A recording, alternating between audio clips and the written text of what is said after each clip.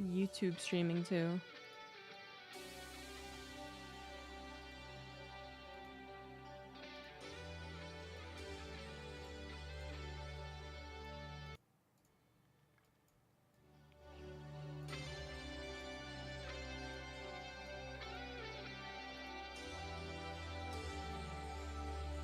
Oh, it actually worked without me redoing it. Great. Good job, YouTube. I've always believed in you.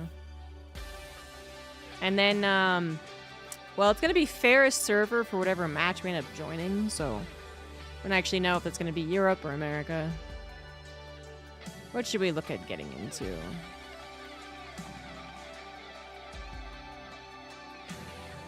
There is a lower bracket in this tournament, but it's all best of ones in a lower bracket, so... Oh my god, I got so many achievements. I don't know why. Thank you. It's giving me all the consoles for the Warcraft purchase I made like 2 years ago. When did this happen? When did they do this? Oh, StarCraft. You so silly. What's the chat channel?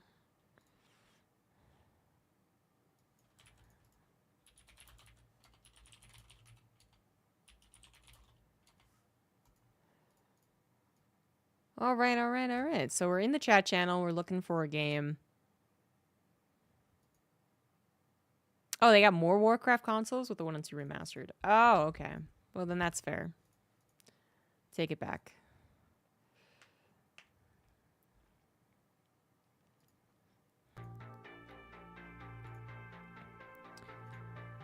So, the upcoming matches include Clem Mana, which is usually a stomp, unfortunately. Jumi Max Pax, Showtime Nicaract.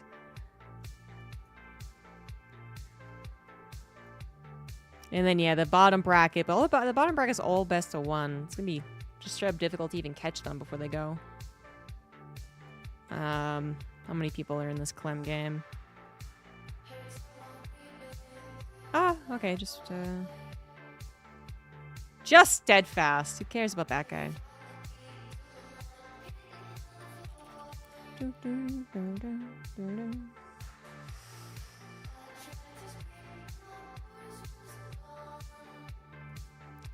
I'll just look at Steadfast.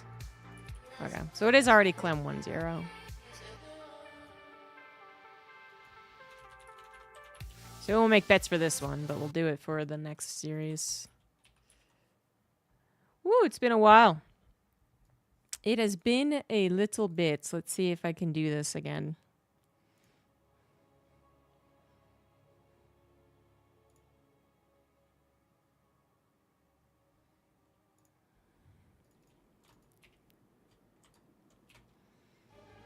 Hello, everyone. Very long time no see. I've got plenty of things to probably tweak here. It's been a little bit, but we're back casting some StarCraft. On the top right, it is Team Liquid's Clem. And on the bottom left, we do have Elfin Shameless. I don't know if that's actually a team or not.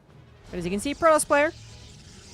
Haven't been casting much of StarCraft recently, so this is where you guys are probably going to be able to tell me stuff that's been happening. Clem has been playing some Protoss off and on, particularly against other Terrans.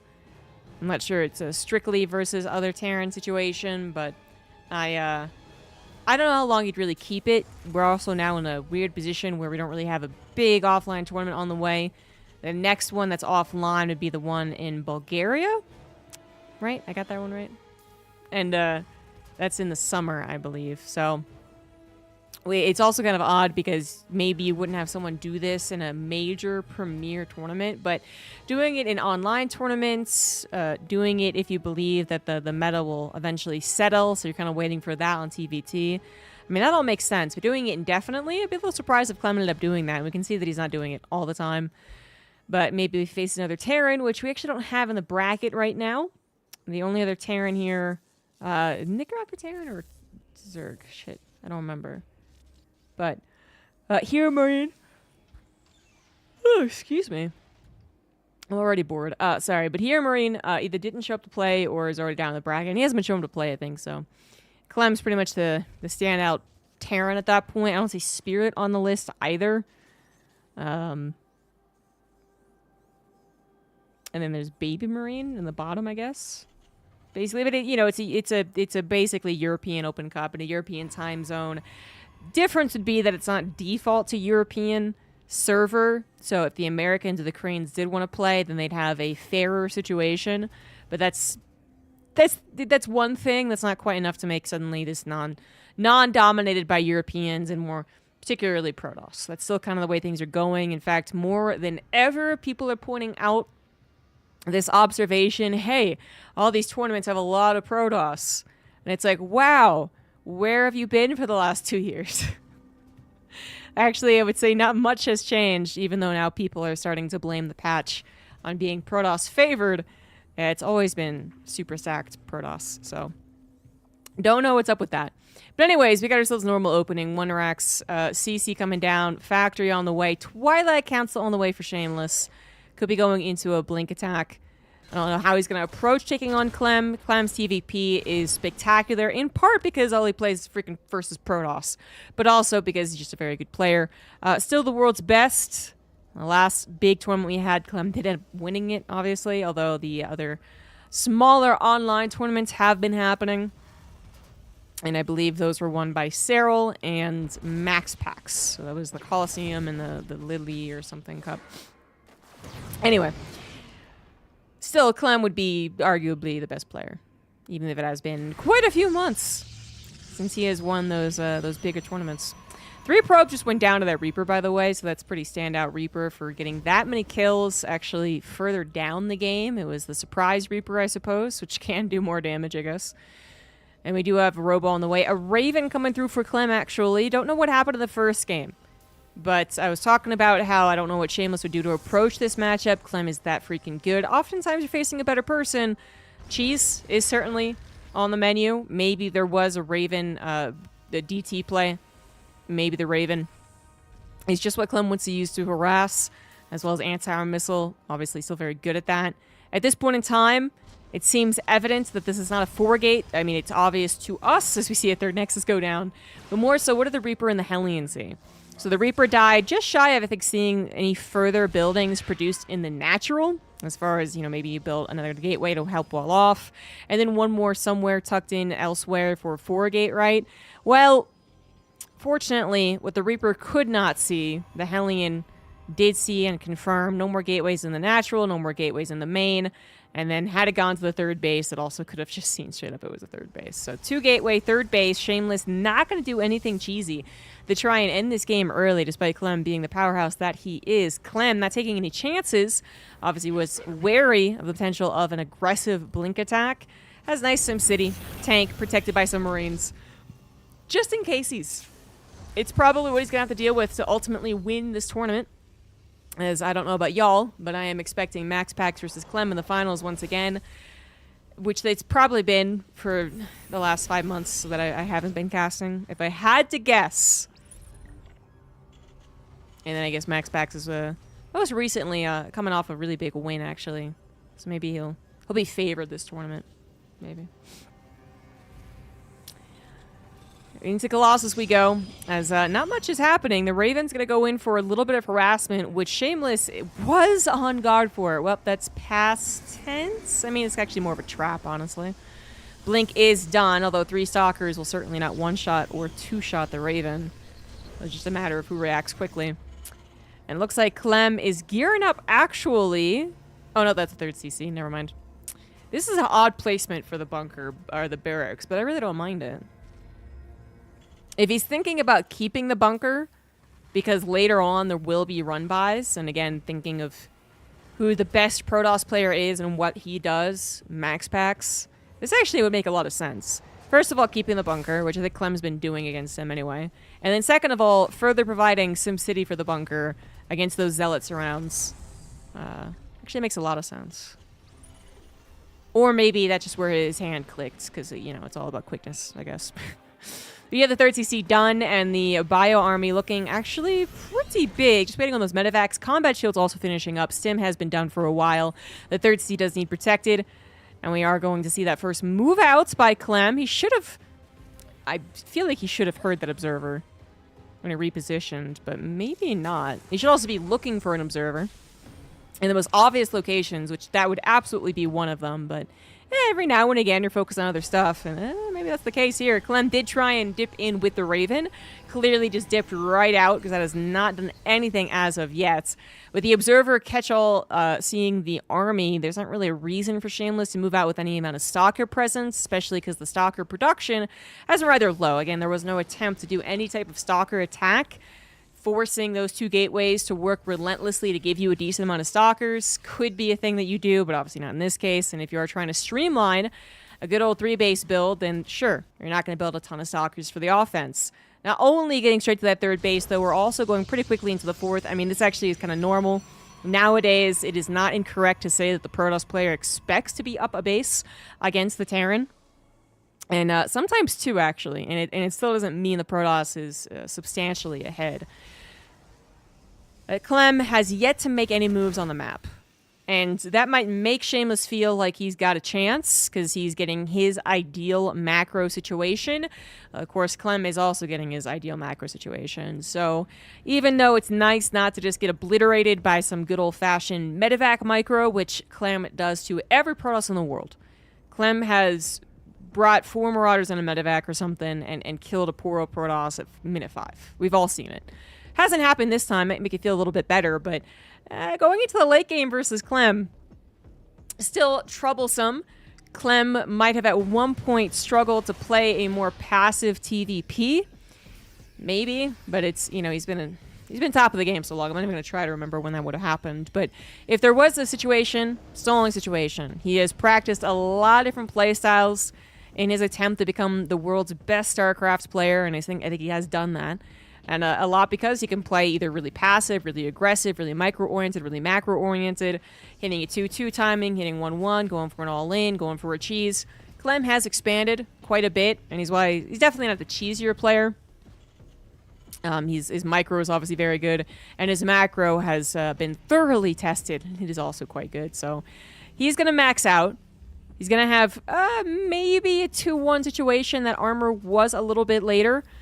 But then he will have Ghosts and an appropriate number of Vikings for the Colossus. We are still in that territory of 3 Colossus being kind of the perfect number into the Disruptors, of which they no longer one-shot Marauders, but when you're running around and stimming and all that good stuff, I mean, it kind of still works out in a similar way, but it is more forgiving for the Terran. Scan in the main base, possibly to check if there was a surprise Stargate transition.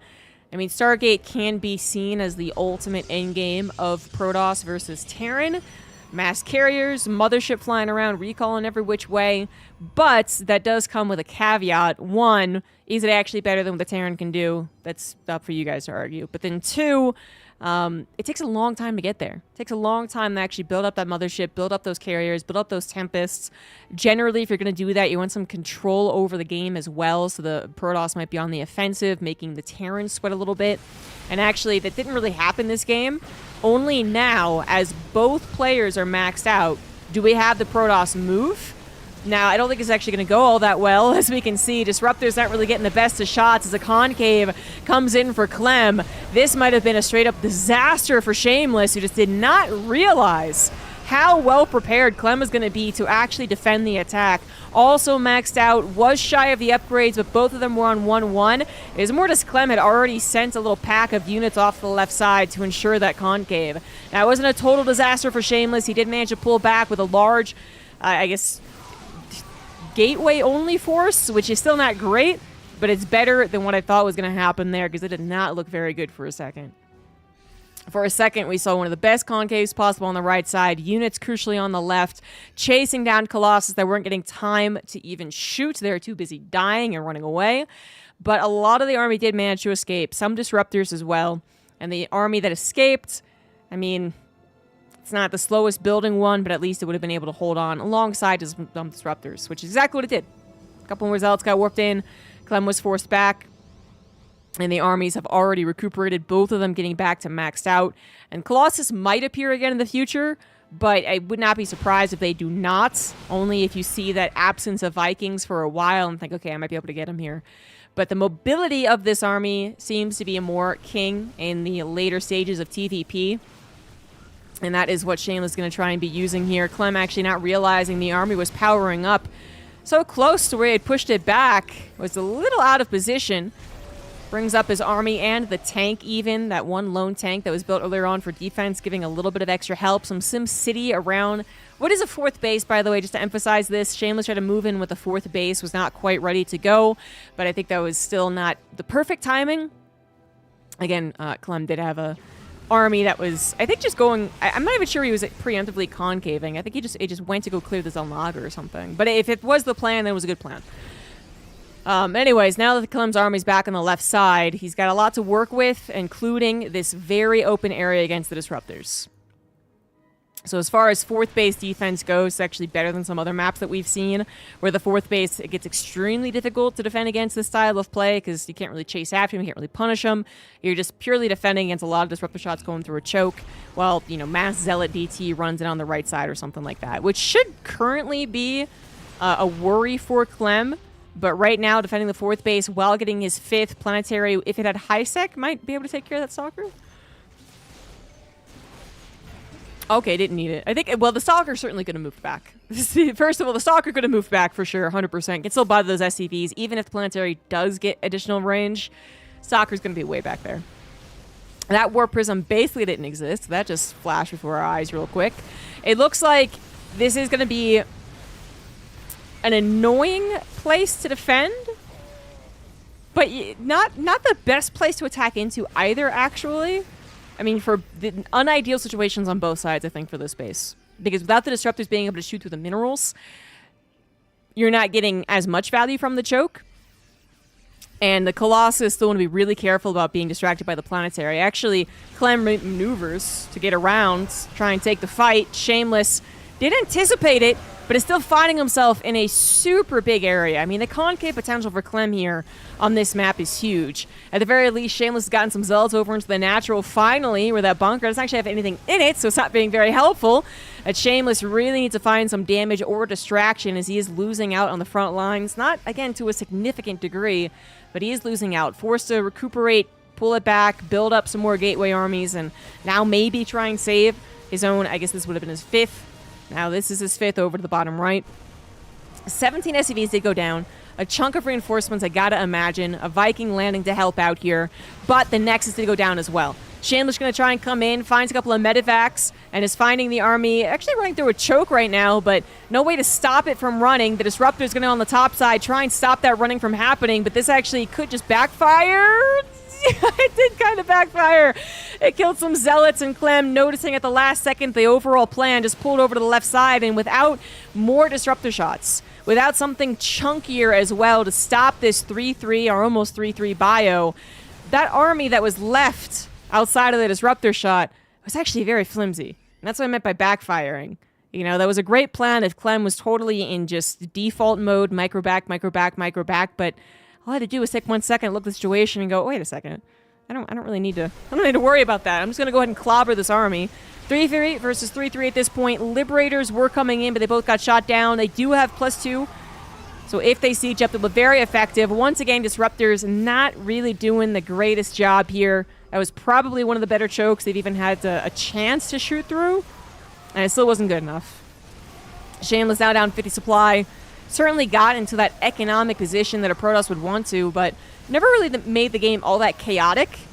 Perhaps had he not been playing Clem, he would have actually chosen to be more aggressive earlier on.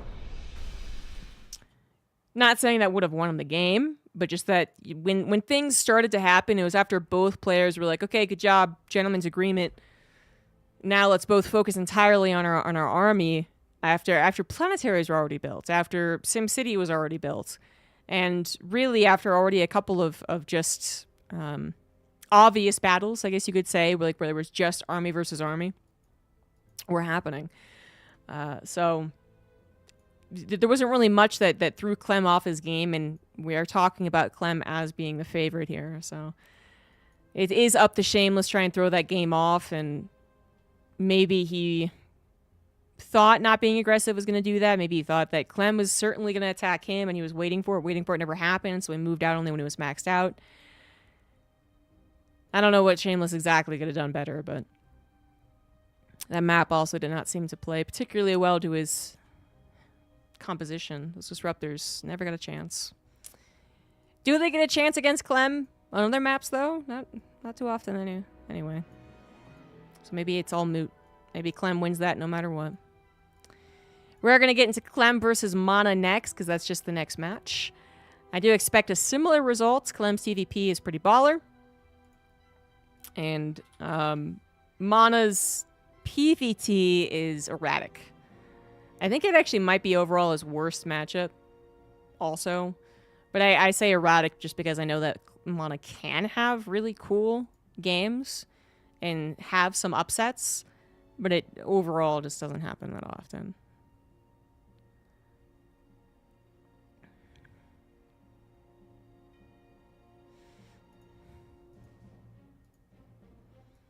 In the lower bracket, I'm not thinking with seeing anything interesting as of yet.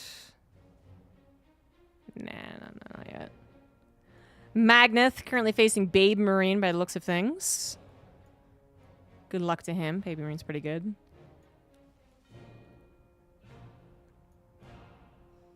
Yeah, no upsets in the bottom bracket.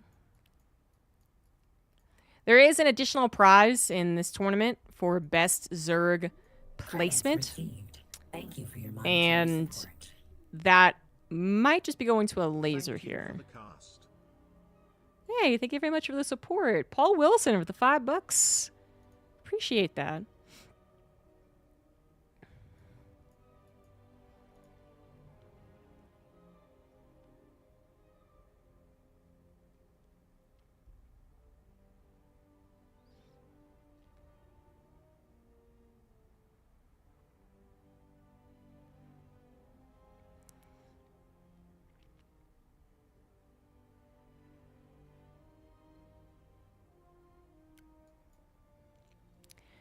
Clemana.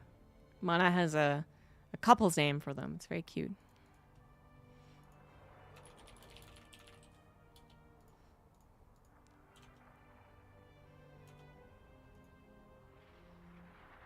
And we can get some bets going. Yes, safe money is on Clem winning. But if you want to be spicy, if you want to be the one who told everyone, I told you so. If you're Polish and you need some Polish pride StarCraft, it's time to bet on Mana. I will be in Poland this year, but unfortunately not for IEM Katowice, as much as that would be really cool. It's not happening for StarCraft. Womp womp. But Kelaris is getting married, so we'll see a lot of the StarCraft 2 commentators traveling to Poland.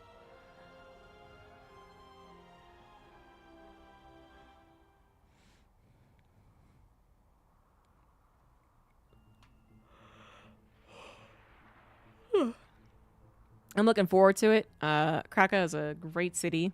I'm going to try and make a stop at Warsaw just to say that I went.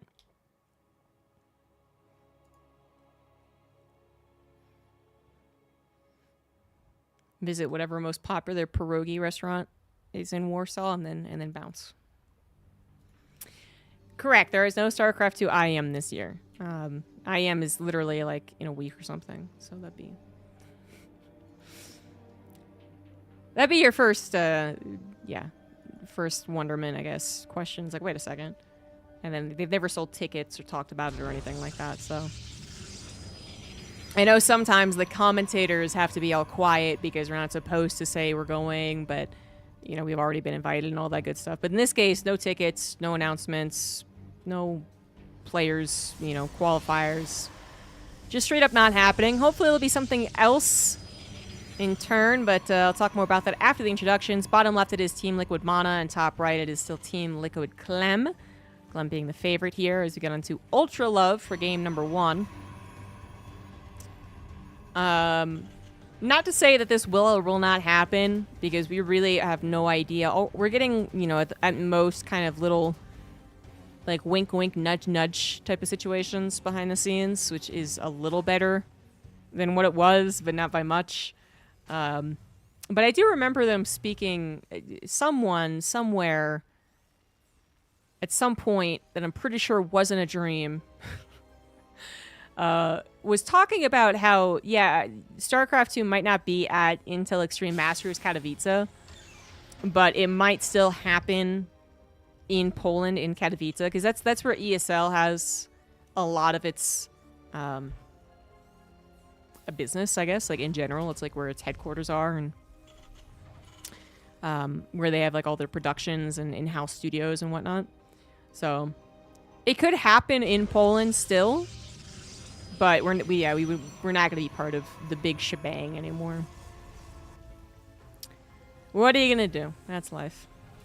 Anywho, it's sad because it really was one of the best tournaments, and I really like the city, and I'm getting all nostalgic for getting ready to fly over and putting my weather, jacket and hat and scarf and stuff in there, and being prepared for screw-ups with Uber Eats and catering.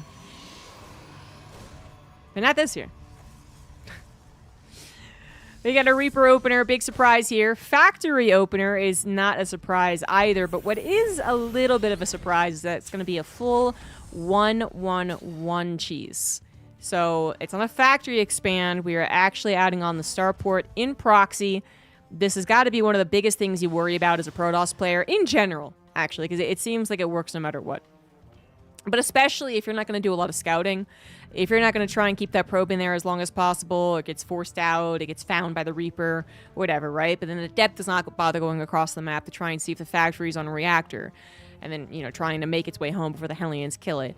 If none of that's going to happen, then you're not going to have any idea that it's a reactored factory, and much less that there's an idea that there's a proxy starport, which, to be fair, you wouldn't be able to tell anyway. It's more likely they factory expand Hellions and then CC on the high ground to put you in a lot of doubt, but not ultimately to cheese. But in this case, it's definitely 100% the cheese. It's going to be so difficult to stop this from doing extreme damage. Because, there's something like, well, I just expect them to do the worst possible thing, and then I won't have to waste time scouting. But I don't know. I don't know. I feel for the Protoss in this situation. They really don't have a good catch-all response to this. Because even if they scouted it, right? Even if they spent minerals on a probe scout and attention on an adept scout, there's no guarantee they'd know about the proxy medevac.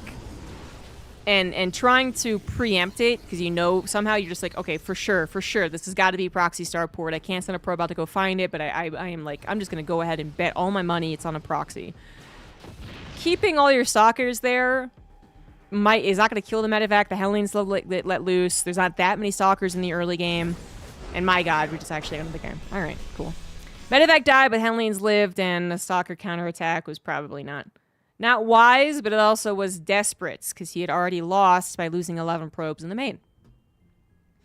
So, yeah. I don't even know what the Protoss is really supposed to do to stop that from doing full damage. We've seen some kind of miracle holds. I mean, when it's an Oracle opener, I guess there is the energy recharge, and so the Oracle can help out a little bit. But if that's not what you're doing, what do you do? If you try and hold off on technology and build up as many, gateway army as possible, you still might not be able to have them in the right place at the right time. You don't talk politics, but is the grilled cheese a top 4 Sammy? I really don't have grilled cheese very often. I took my mom out for breakfast, though, to a little, place where you sit down, but you actually, they just bring you the food, but you, stack your plates. And it's very casual, very low-key. And they didn't really have the sandwich that I wanted. I wanted, a real lunch sandwich, and it was a breakfast place. So I looked, and I was like, oh, they have a grilled ham and cheese. And I was like, I haven't had one of those in a long time. Let's get it. And it was pretty good. They didn't just have, thin, deli meat ham. They had actually, a thick ham that you'd get, for dinner or something, And it was pretty good. But it also helps because restaurants usually apply approximately a full cup of butter to everything. So I'm sure it was also 1 billion calories. I think his production wall is on the other side. It would help. You mean his, this wall? So if it's not... the conundrum then is that, particularly if the Reaper wall, or if the Reaper hop-up is on the right, then you're also kind of doing it to stop the Reaper from having, you know, full fun, I guess. Now, the Reaper wall is on the right side, and we didn't get an attempt to block it, obviously. But we're not getting an attempt to really stop that from over here either. So I don't really know why he's choosing to do this. I will say that, you know, now it might protect against Hellions that run up the ramp, but if we were going to do proxy starport again, it'd probably be over here. So this is where... But even then, SimCity can only help so much. You have to put a pylon here, the gateway, cybernetics core, and then something back here as well, which isn't impossible. But then you don't have SimCity in your natural, which could also be a target. And again, you just don't have a lot of units, so... It's so difficult to figure out the catch-all way to deal with any type of Hellion threat. If it's just literally Hellions up the gut, then okay, that's fine. But even then, we've seen the Reaper hop that Stalker over and then bust on in. But with the proxy, it feels extremely difficult. I must admit, I'm pretty biased against the strategy. I'm not gonna say it's broken, because if it was, then you would just do it every single game and there'd be no repercussions. And I think there are repercussions if you do it every single game. But it's pretty good. In my opinion, the proxy, or the Hellion opener and the proxy starport, they should get the meme of the 2 racks, 3 racks. Not the 2 racks, which is hardly ever done anymore as well. Doesn't deserve to be memed on. Yeah, I think there's more to do with, like, the probes could have probably been microed better, and I don't know. It's just really tough, especially when you are facing one of the best micro players in the world, like, of all time. Chef is someone who is willing to use far more butter than you would ever do at home. That seems really quite true, especially for good old American fare. Maybe some other cuisines don't, you know, rely on the butter so much. Maybe they rely on sesame oil, which is not much healthier. That is True Reapers, by the way. We did have a factory expand this time. So that was factory, then the command center, which is going to create a little bit of a jolt for mana initially. Just like kind of confirming, hey, oh shit. All right, that's so much damage. Oh my god. Wow, these 2 Reapers have already done so much damage. Oh my god. I'm surprised he even tries to escape with it. But I suppose hoping it would come back later for another annoyance or okay, so they would chase after the Reaper and the Hellion we get. I see. Okay. Because I was going to suggest maybe just sticking it there and getting 1 or 2 more probe kills as opposed to trying to run away. But I think he was trying to distract for the Hellion. Regardless of how that ended, it was not a good ending for mana. Not at all. 8 probes going down, so a couple of measly units. Yes, the second Reaper is uncommon. It's a little bit of a deviation from the regular economic build, but not by much when you successfully kill 8 probes. You know, then you're pretty happy with that decision. And what I was trying to say is that there might have been a little heart attack as well for mana. He gets his Adept in as the Reapers come up, by the way, so that was just really good timing as far as distraction goes, like almost unintentionally distracting.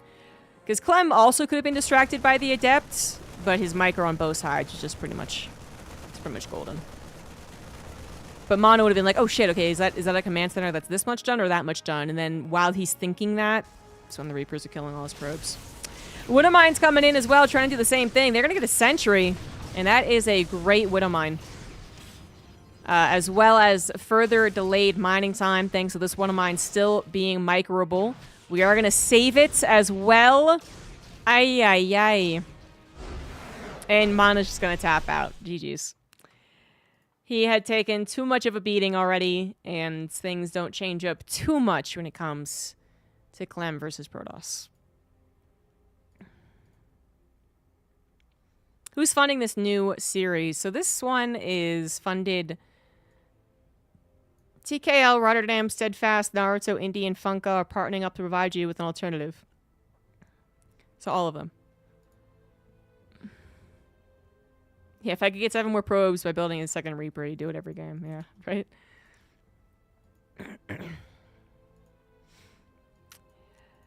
Little bit. So everyone gets their money back. Congratulations. No one bet against Clem there.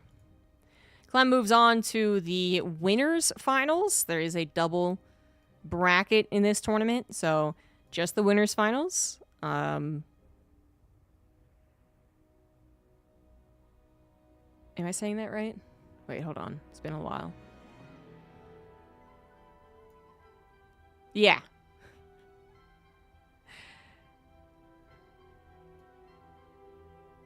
Yeah, okay. So he's going to face either Max Packs or Showtime.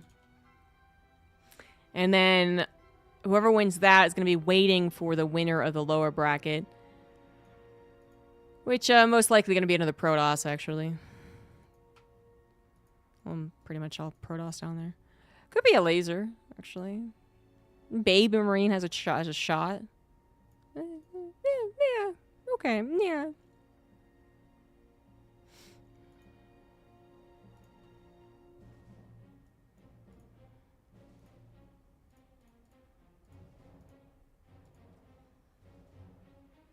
Trigger is waiting in that lower bracket, gonna face either Gretz or Baby Marine.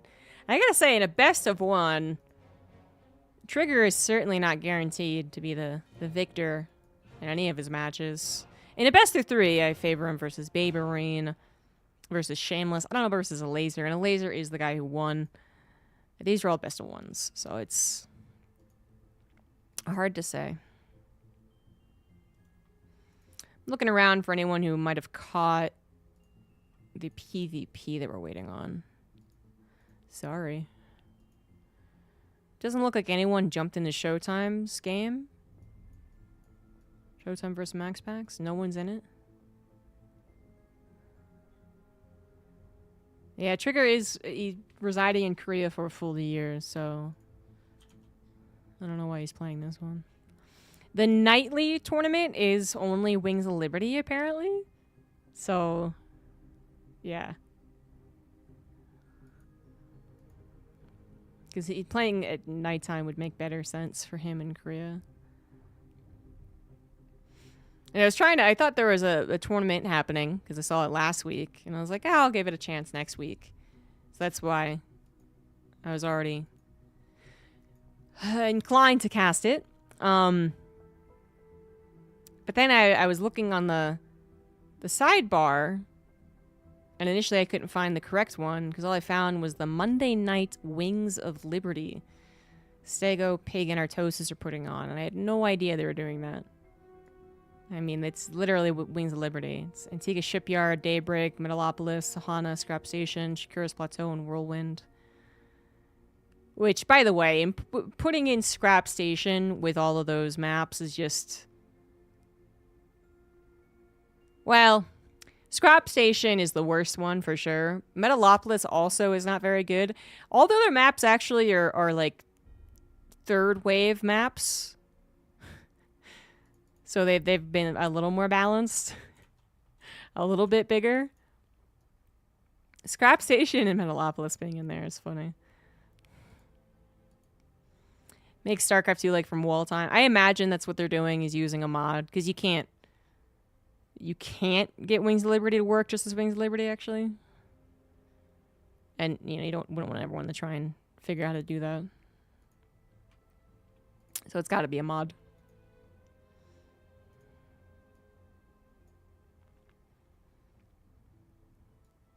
I don't know how it ended up being that everyone managed to avoid casting Max Pack Showtime. I guess there might have been a situation where everyone figured it would be covered, and then because it would be covered by someone else, they didn't go cover it, and then everyone thought that.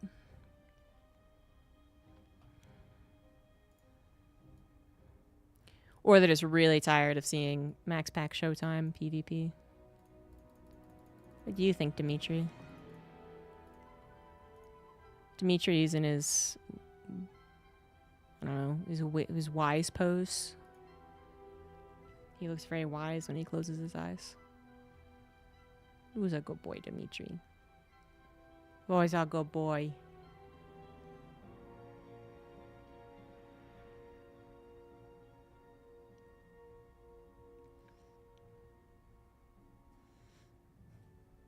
Your dog looks weird. Your dog looks weird.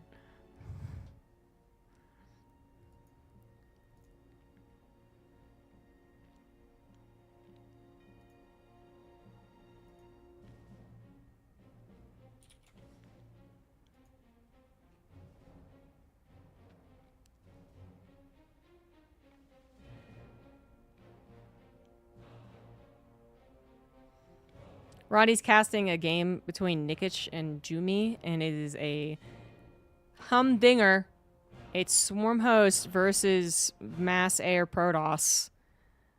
Oh! Hold on. Whoa, man.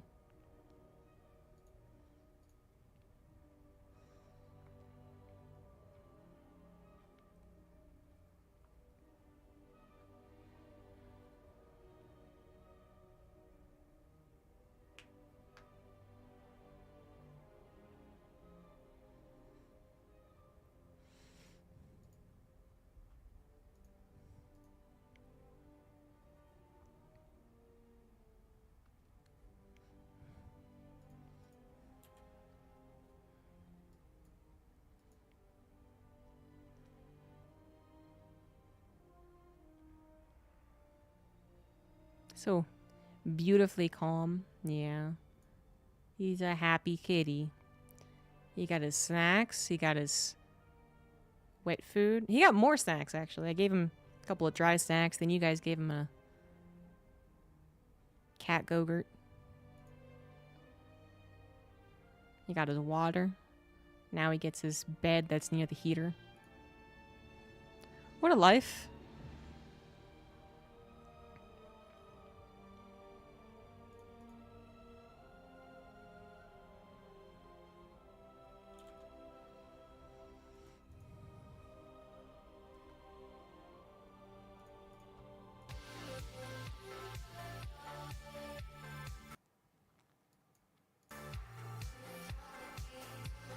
Does he like StarCraft?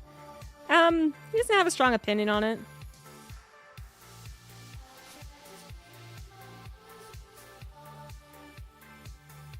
I personally think he'd play Protoss if he played. Because he's a big boy. And Protoss have big units.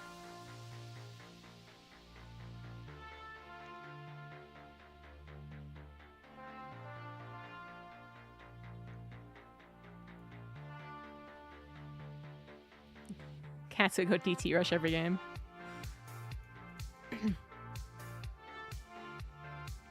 They just knock over all the units.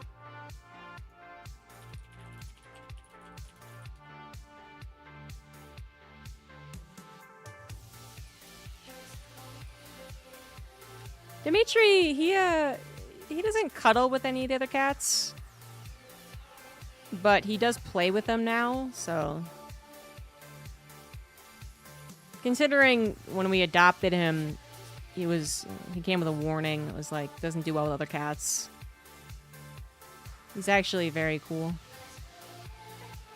When the cats start to bother him, he just goes, meow.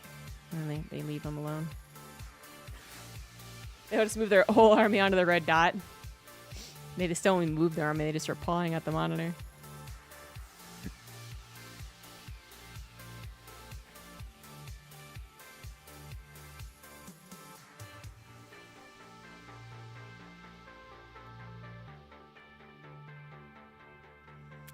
I think Wicket secretly wants to cuddle with Dimitri. She keeps on inching closer to him when we go to bed. But I think Dimitri's mostly... He's just awkward, actually. He just isn't... He hasn't had a cat friend. Doesn't know what to do when cats want to play with him or be his friend. He grew up with dogs.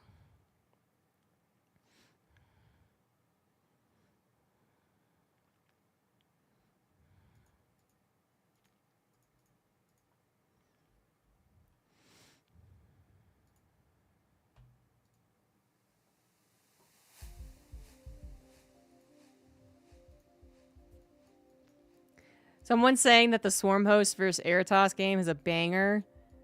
IDK, man.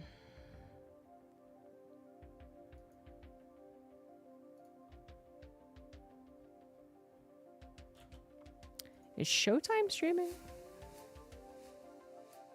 No, but he should be.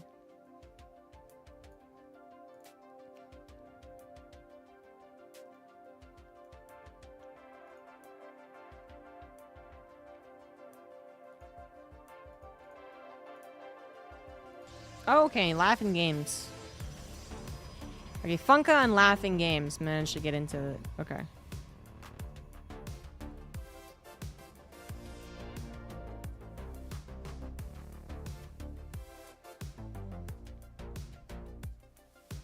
The Stormhost player noticed the Locust don't shoot up.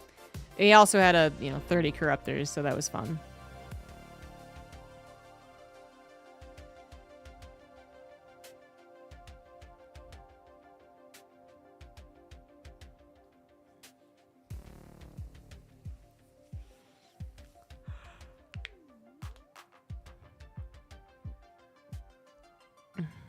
Showtime max packs, 11 and a half minutes in.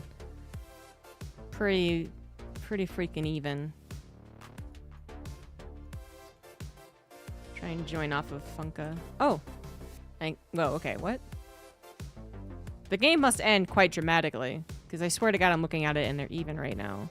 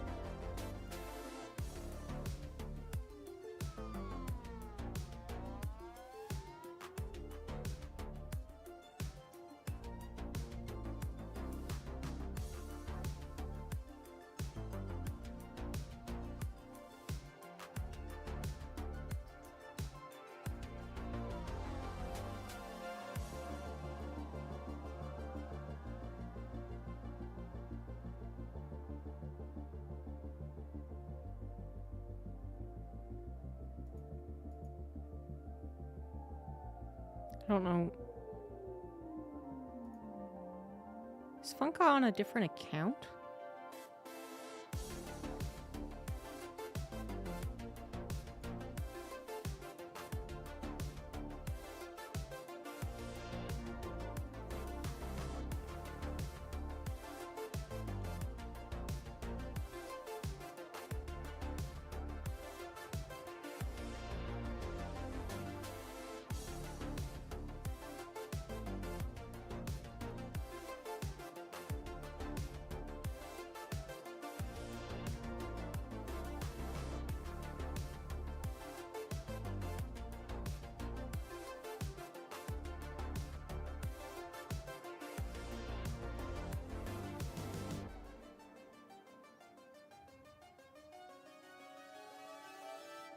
Just triple checking that there wasn't supposed to be delay on, and there's not.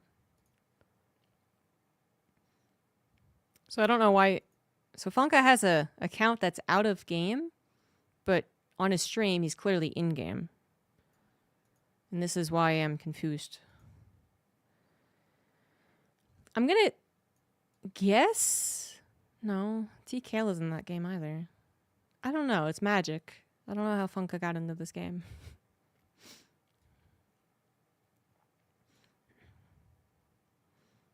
But I was right. It was a completely even game that did not end that quickly. It's still pretty even as they're having a stalker battle.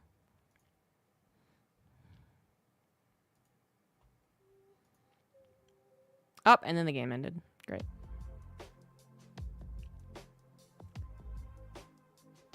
No, it didn't.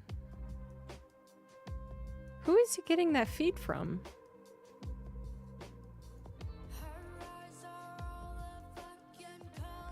Did he have Coca also working with him or something?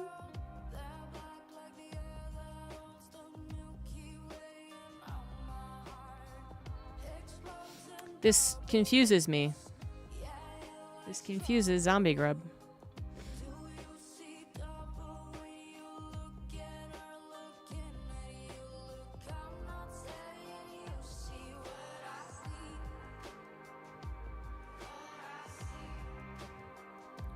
Showtime Max Pack still going strong. Funka out of game for 17 minutes.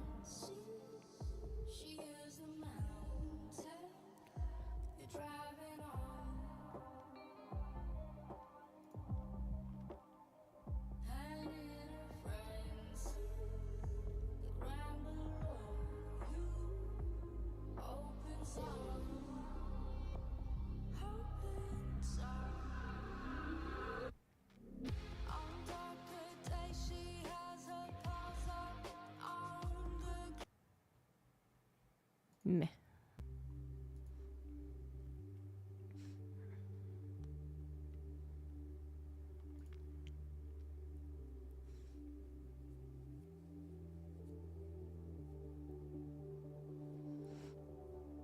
Max Pack's clearly losing the battle, but it's still up in supply.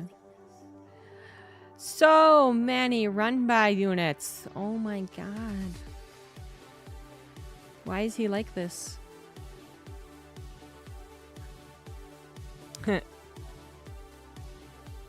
It's a good response by Showtime. Both at 3-1. Max Pax is a better economy, but less army.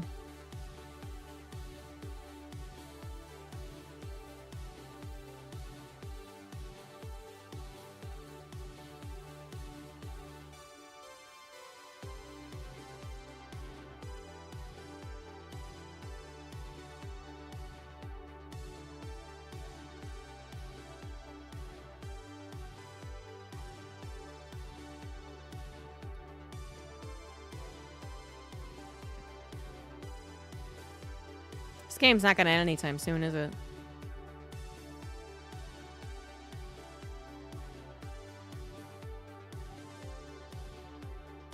They're very well matched for each other.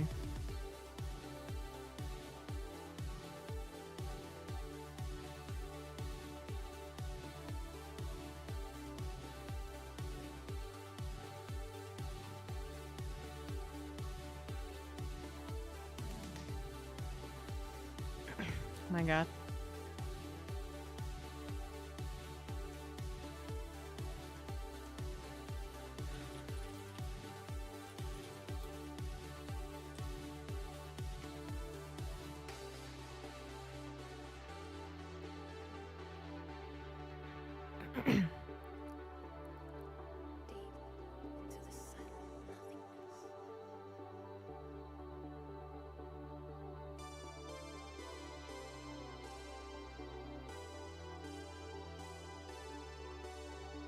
It looks like Showtime wins these battles, but then you look at the overall supply. It's like, nope, not at all.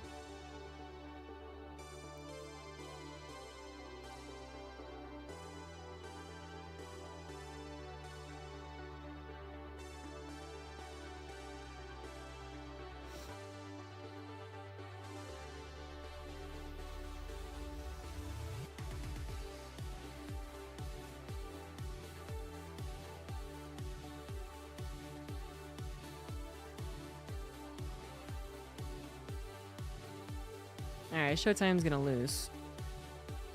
How long is it gonna take for him to lose, though?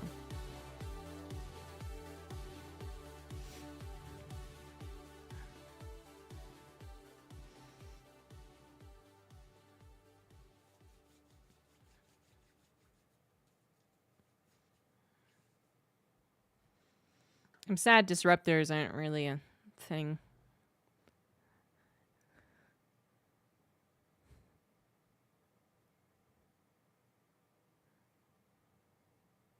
Without disruptors, Showtime's got to do something crazy, like what he's doing now. Except it's not going to work. That didn't work at all.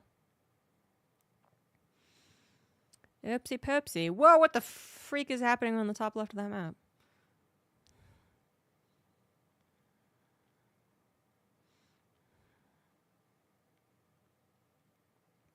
Yeah.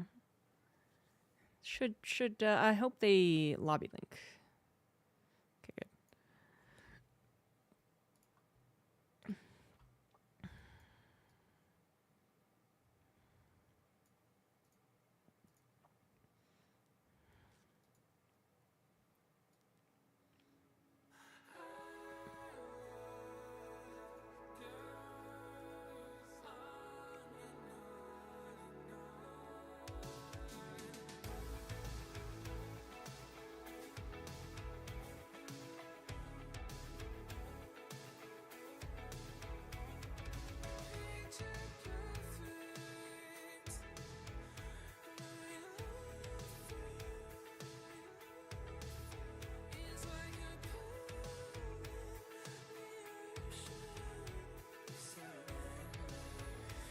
thought I missed the invite.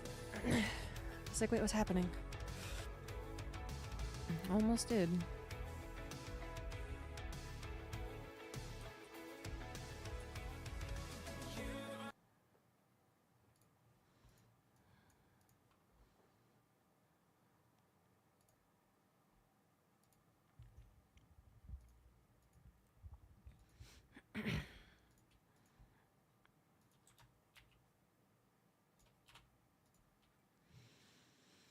It's a new best of 3, but we're already in game number 2. Bottom left, up 1, it is Max Packs. Top right of Amygdala. It is showtime. They're playing a rock-solid PvP for about 17 minutes, I think. And then it was apparent that Max Packs was coming out ahead.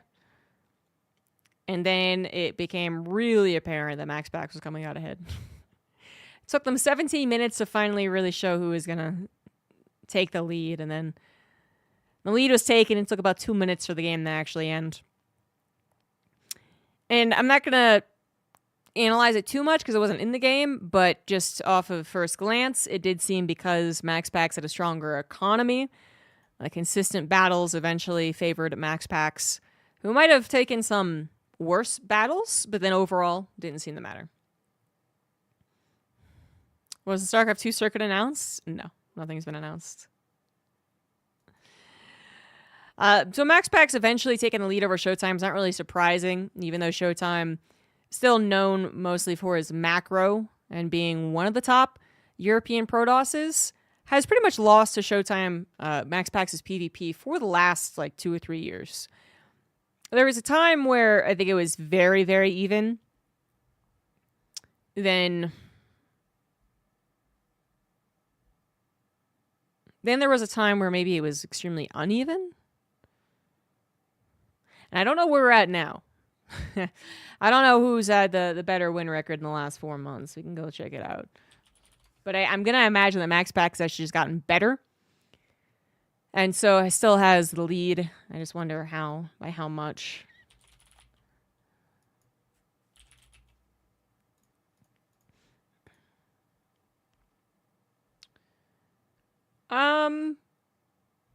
They still play. Nope. Wow, really? Okay. So I was prepared to be like, oh, they still play quite a bit, but that's actually not true.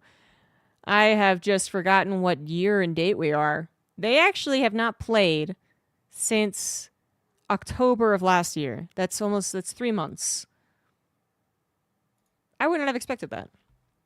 I know there was definitely a time where a lot of people weren't playing, weren't practicing, going on vacation, taking a chill pill, no big tournaments happening, open cups were kind of in disarray.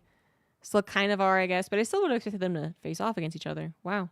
Yeah, so we really don't know. The most recent times they've played, Max Packs was winning all of them, but shortly before that, Showtime had a couple of wins under his belt too. So it looked like it was still kind of that Max Packs favored, but Showtime, one of the more dependable guys to actually be able to take him down. But then who knows what's going to happen in 2025.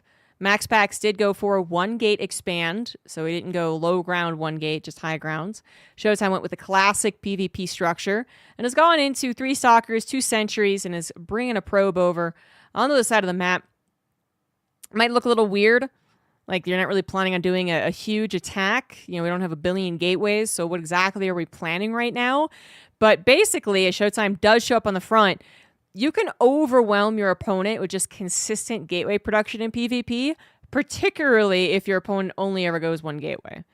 And then just by forcing the gateway production every time you can, rather than saving for a Nexus or saving for technology or saving for a Void Ray, what have you, you just keep warping in units, you can actually win with them. Case in point, Showtime with a simple proxy pylon came in, overpowered the units that Max Packs had, despite Max Packs trying to prepare with a shield battery. And is now just continuing to warp in. He has taken major damage back at home, though. An Adept and an Oracle in that main base means that this attack has to just straight up win the game. I'm not sure he can do that. Void Ray realized it could be in some trouble, did not stick around, so it has no longer prismatic alignment for a little while. That's only 5 stalkers, though, so not... I mean, Void Rays are delicate, but Stalkers, I mean, it's tough on both sides, but time favors max packs. So it's really tough on Showtime.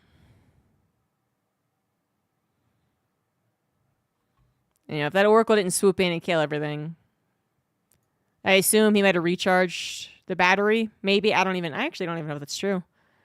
That is GG. Yeah. Couldn't break him.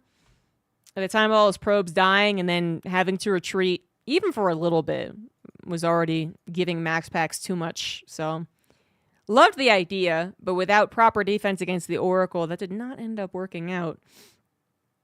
It seemed like the Oracle had swooped in as he had already warped in offensively too. So just the best timing for max packs, worst timing for Showtime. And his attempt to end the game early after a 20-minute bout, game number 1, didn't work out. Ends up getting O2'd.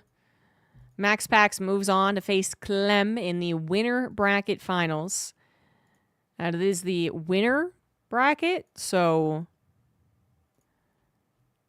not the actual finals. Not yet.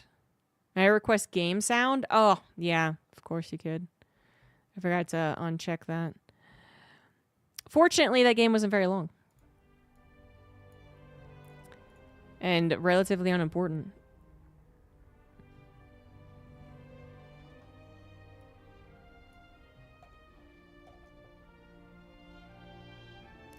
Game sounds are supposed to be with my mic. But I don't... Wavelength has been all types of disjointed. So now it's on desktop audio, which is fine, but then I have to remember to uncheck it.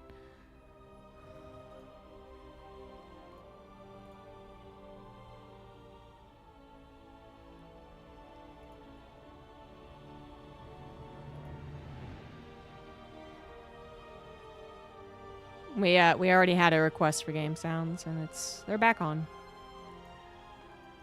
You can hear the lovely choir. Let me say that weird.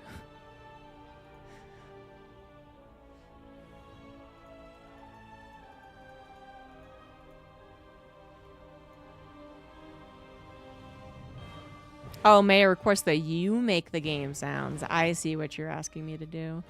Well, I could for some, but probably not for all game sounds. That would be exhausting.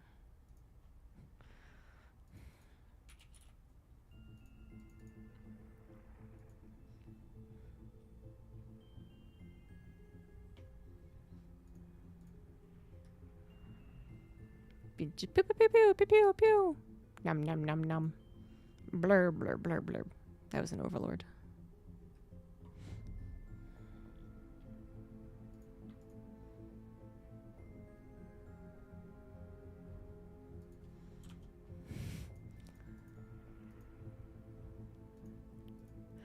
They'll forever regret not putting me into the game as an announcer.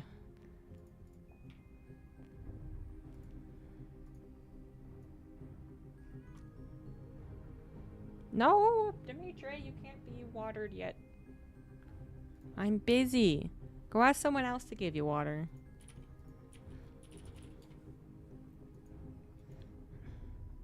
I'm the only one that understands him. Ah, cat. He's just out of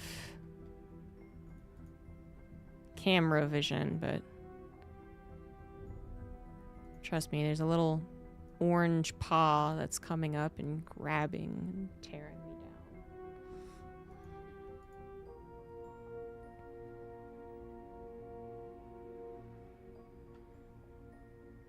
down. No, I never did a voice pack. I was never approached for it.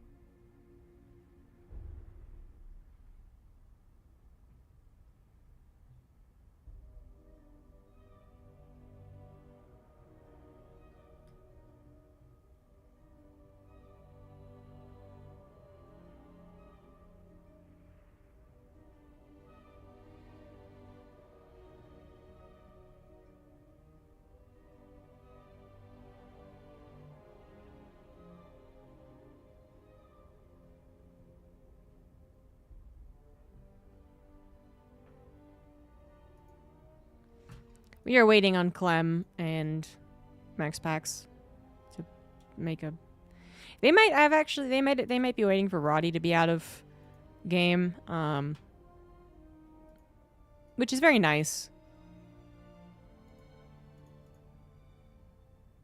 Or maybe they don't care at all and they just lobby linked. Fuck that guy. I know Fenner did, but never released. You know that Fenner did a voice pack for StarCraft 2? And it was never released? Really?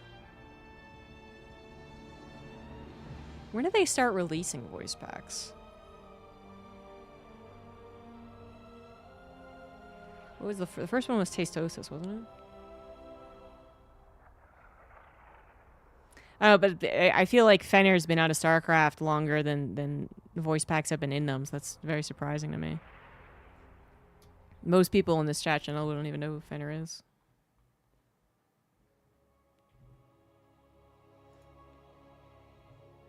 The first one was Total Biscuit? Maybe you're right. I really don't remember at this point.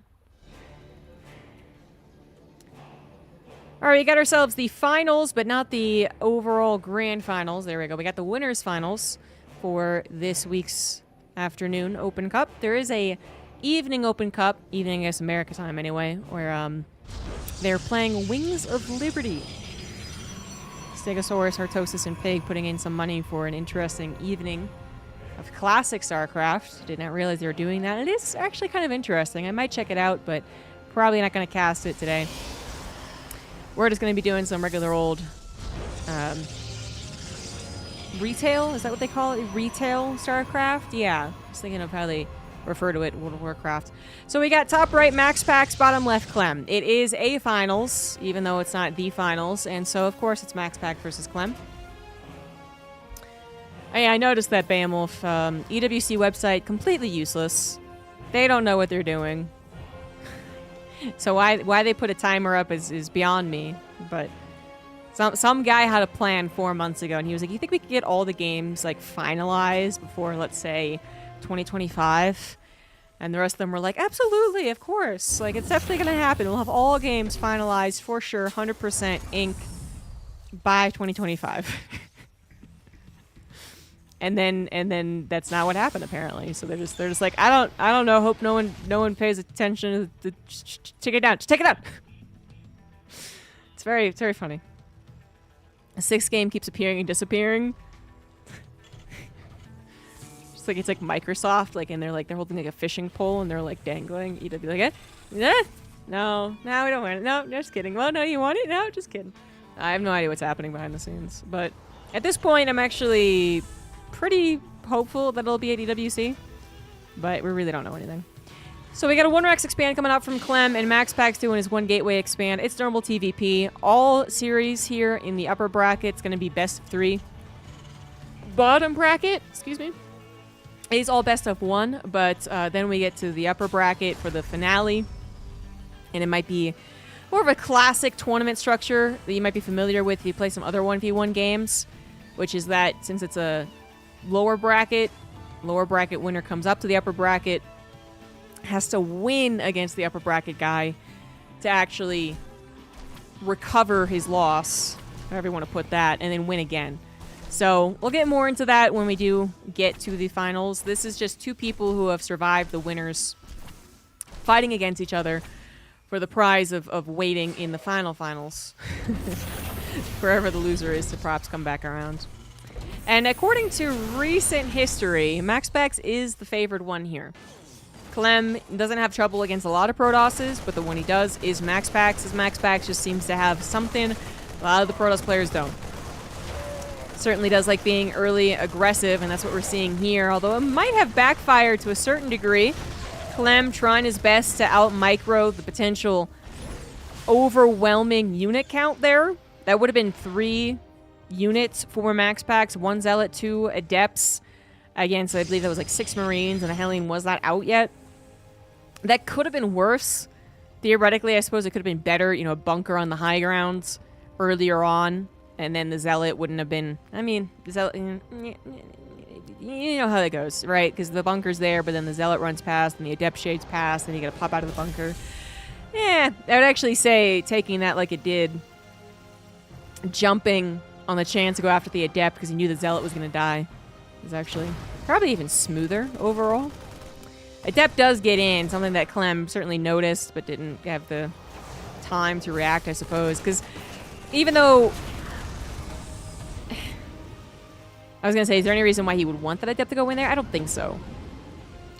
But I suppose that in that case, 100% dead Adept once the tank popped out. And then... yeah, that's kind of all I got. Because he clearly wants to attack. He clearly sent his units across. The Adept saw it as well, so it's not like he's trying to hide something.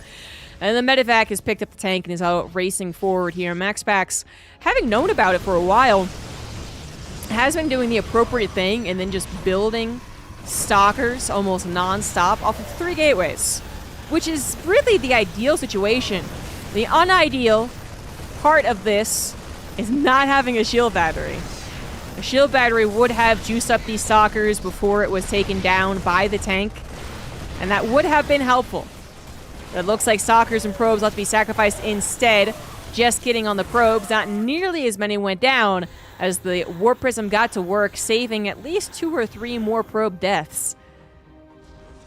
Not bad. But like I said, a shield battery probably would have been the real anchor there. Doesn't have overcharge anymore, but regardless, a lot of stalkers got injured in the preemptive fight and then would have wanted to come back in fully healthy, but oh well. 4 stalkers go down. 3 probes as well. That, altogether, you know, it technically favors, I guess, the Protoss a little bit. I mean, it's very close on the resources lost. But it does absolutely, now that Liberator's dead, all to the Protoss favor. Third Nexus was being built. Stalkers still gets a chance to go across the map and do some return damage, I guess. I'm trying to think if that was really worth it for Clem or not. And I'm not sure that it was. I think him getting those extra, what could have been 4 probes, I believe. 3 of them were without shields. They had hull damage, and 1 of them was hull damage with shields. I don't know. If he had gotten 3 or 4 extra probes, I'd feel better about the situation. Now, the worker count is ideal for a Terran player. We're talking about 2 mules on top of an almost identical worker count. It's pretty good for the Terran. No doubt about it. But when we talk about the infrastructure and the upgrades and the thing that makes the next thing happen, we are late to that for Clem. Only just starting up stim and combat shields. Really only just now getting to a reliable bio production. Actually, I'd invest into quite a few tanks because the threat of the counterattack was very real. It's on a 4-gate. It was a 3-gate. A Nexus was gotten. It's never going to be all in. But you can push most of your resources to stalkers off of 3 gateways and still have a good number of them. If you did not get tanks, they'll find little areas that aren't covered and start to abuse it. So you can see Clem really taking this very seriously. Because 4 tanks overall, as the game goes on, not going to be nearly as helpful. Especially because we are moving over for the Protoss side into Charged Out Archon Storm. Now, just Zealots in general are going to be helpful against anything with tanks.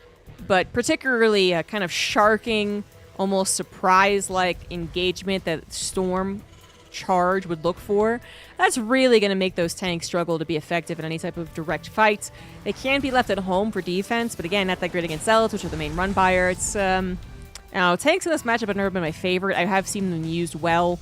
I think those early game tank pushes or early game defense for tanks, wonderful, beautiful, necessary, but overall not my super faves. But Clem is going to use them. He's going to try and get them into an ideal situation as well so that they're properly protected by the bio and a little maybe like rock ledge, something like that.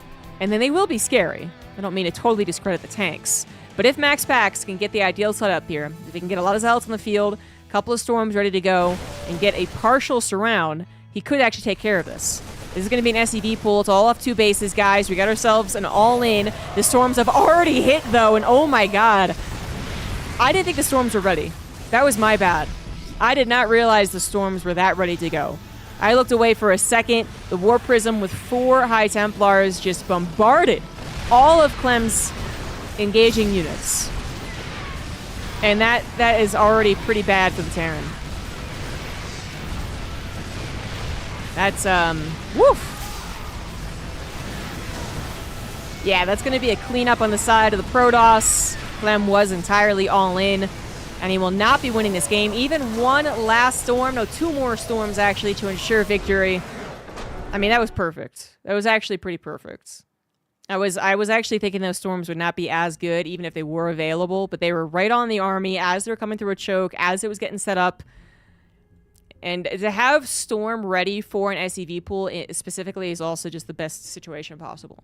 Sometimes you don't use the storms correctly. Sometimes the storms get sniped and then you're in real big trouble. Sometimes you're not quite ready to go with the amount of accessory units, so the storms don't quite kill the units and then the units heal up because of medevacs. Like, it's not the end-all be-all, but it's really good to have Storm in response to an SEV pool. Because Storm doesn't get distracted. Storm doesn't spend its time killing something when it should be killing something else. Which is what the SCVs are really there for. They want the Zealots to focus on them. They want the Colossus to focus on them. But Storm doesn't care. Storm just blankets an area. So you'd really have to... Again, it is possible to win with an SCV pool against Storm, but it'd have to be a far ideal situation, which...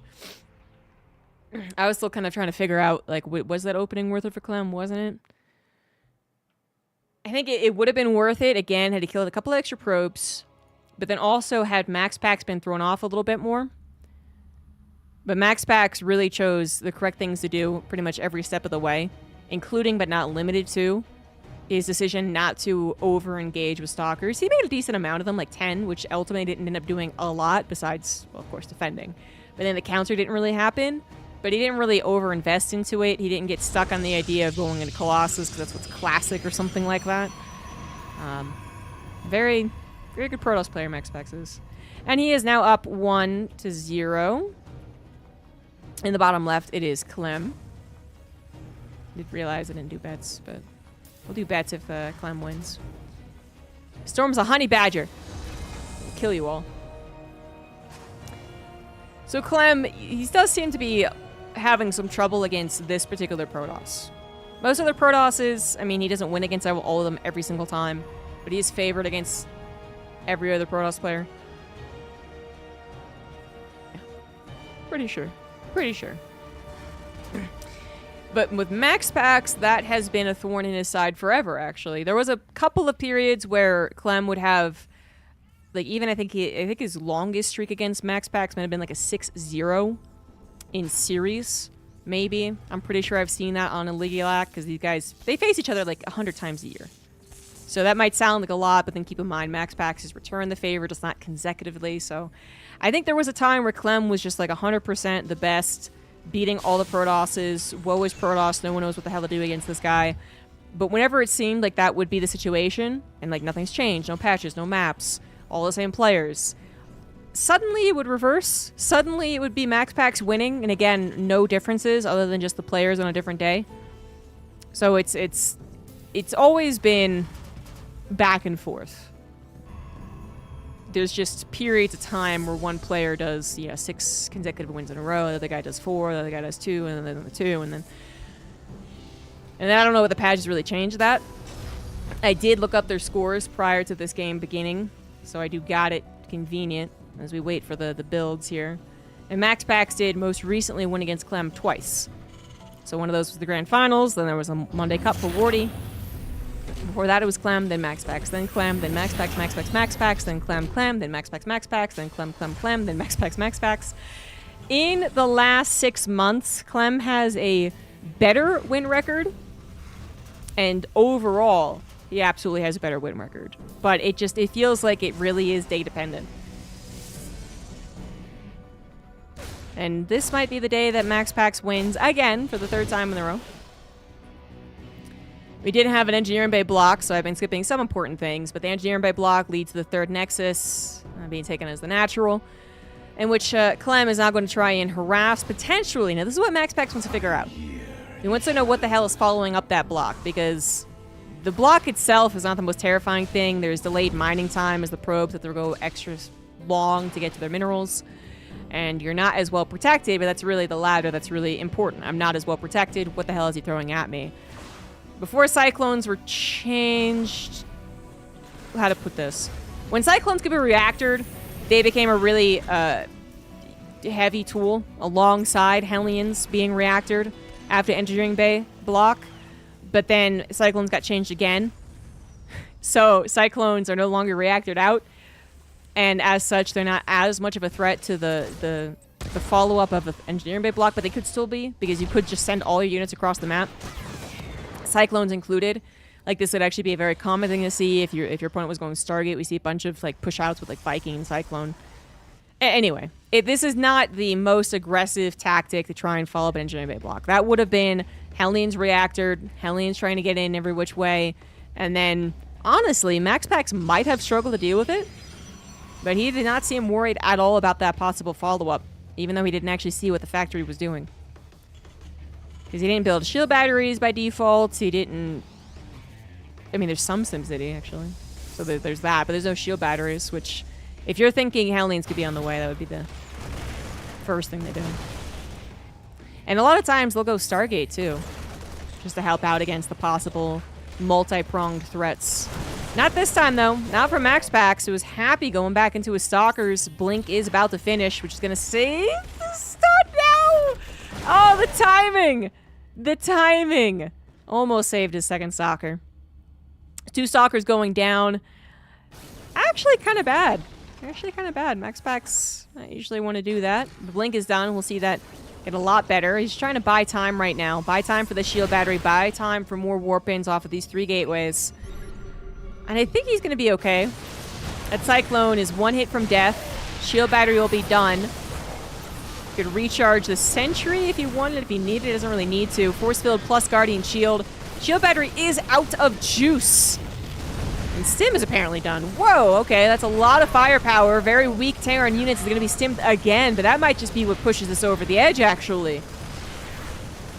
Without that Stim to catch those Stalkers and really punish them for trying to engage, I think this actually would have been handled, but oof, that Stim just rips through the Stalkers. They finally take care of that second tank, but a third one appears. And this will not be a hold after all. Ugh. I don't think Max Pax is going to be able to get himself out of this one. Third Nexus is on the way, though, so... if he could actually clean this up, which he is just shy of not doing. Oh, loses the Robo, too. If this was cleaned up after he sacrificed his last batch of Stalkers, if this was cleaned up after that second tank went down, I think he actually is fine, because he has 3 Nexus. But the extended attack, another 60 seconds, and another lost Stalker squad, I don't know. Yeah, he's going to tap out, actually. Yep. I would have believed in a comeback if he had stopped it with the prior defense, but having to defend kind of like 3 times overall, it's just such a long time. It's so many lost units, and of course the lost resources that go into those units. And it's like, Max Pax has performed some really good comebacks before. But that was too much. That was too far gone. So good job on Clem getting an early engagement. Working out for him that time. That really quick stim. That really threw some pepper on it, man.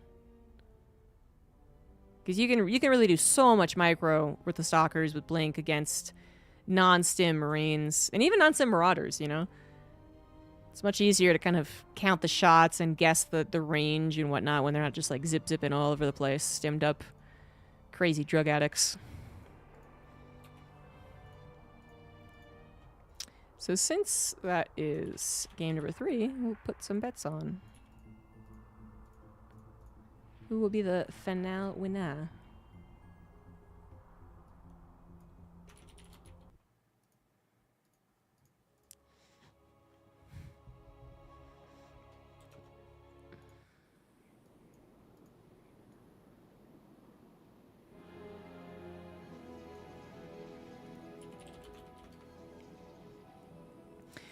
All right, so now we got a tied up series. We're going on to Amygdala for the final game. This is the winner's bracket final. So the winner of this stays in the winner's bracket and chills for a little bit. The loser will then go down to the loser's bracket to face someone in a best of 1 and possibly return back to the upper bracket. We'll get there when we get there. Top right, Max Pax. Bottom left, Clem. Clem trying a couple of early game tactics. That first game was also an early game tactic that led to a mid-game all-in. Trying to go for a little bit of that 1-2 punch. And again, had he killed some extra probes, if MaxPax wasn't as good at recuperating as he is, I could have absolutely seen that being a beautiful 1-2 punch. Storm wouldn't be quite ready, or maybe Storm in general wouldn't have been gotten with a different player. Certainly the response wouldn't have been as quick. So MaxPax wouldn't have gotten the beautiful storms that he did. And then maybe it's a little more complicated should he not have gotten just literally all 4 storms down kind of perfectly. And then that's just, it would have a lot to do actually with the early attack. But in the case of the first game, MaxPax deflected the early attack pretty well. And then did a really great job balancing the economy and the army production and technology investment to be ready for the mid-game all-in. It was beautiful. Second game, though, was just shy of getting to that perfect response. We talk a lot about Zerg trying to balance their drones versus their army because they have a single resource that turns into both. But all the races really do it to a degree. And I'd say Protoss is the next race that does it the most. Terrans, I think for the most part, really do just kind of produce both at the same time.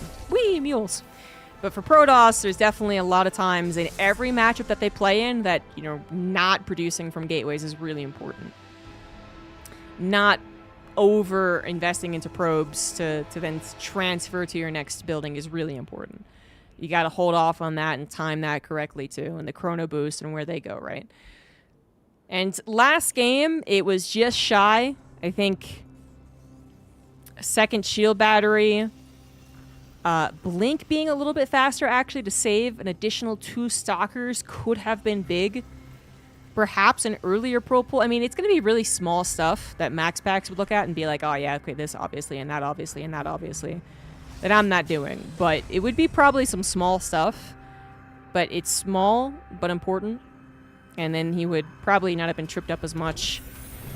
And the game would have continued. Whether or not in his favor, I don't know, but it would have continued. Instead, Clem gets that early game victory. Now going into another high ground command center, trying to freak MaxPax out. Like, what the hell am I doing? You know I'm expanding, but am I getting Hellion reactors? Reactor Hellions, there we go. Am I getting Banshees? Am I getting a proxy starport? You don't know.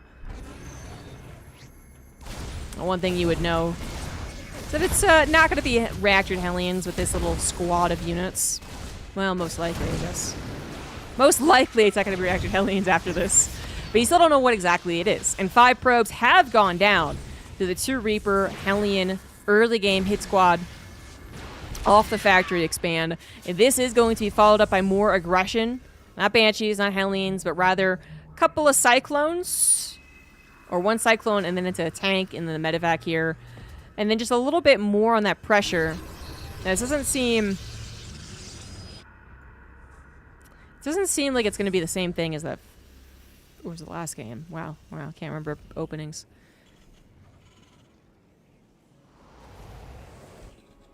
And you know, it's actually a lot like the other games. That medevac is definitely winning for the tank. So trying to get a foothold on the front with the Cyclone Marine. Then coming in with the tank. And then trying to do further damage. It's really been what Clem's been trying to do in slightly different ways for this series. MaxPax doesn't have that awkward third base as is natural, but honestly, sometimes the natural being just a plain old natural can be kind of awkward because of the SimCity. That works fantastic against any attempted run-bys, but then works a little awkwardly for you against Siege Tanks.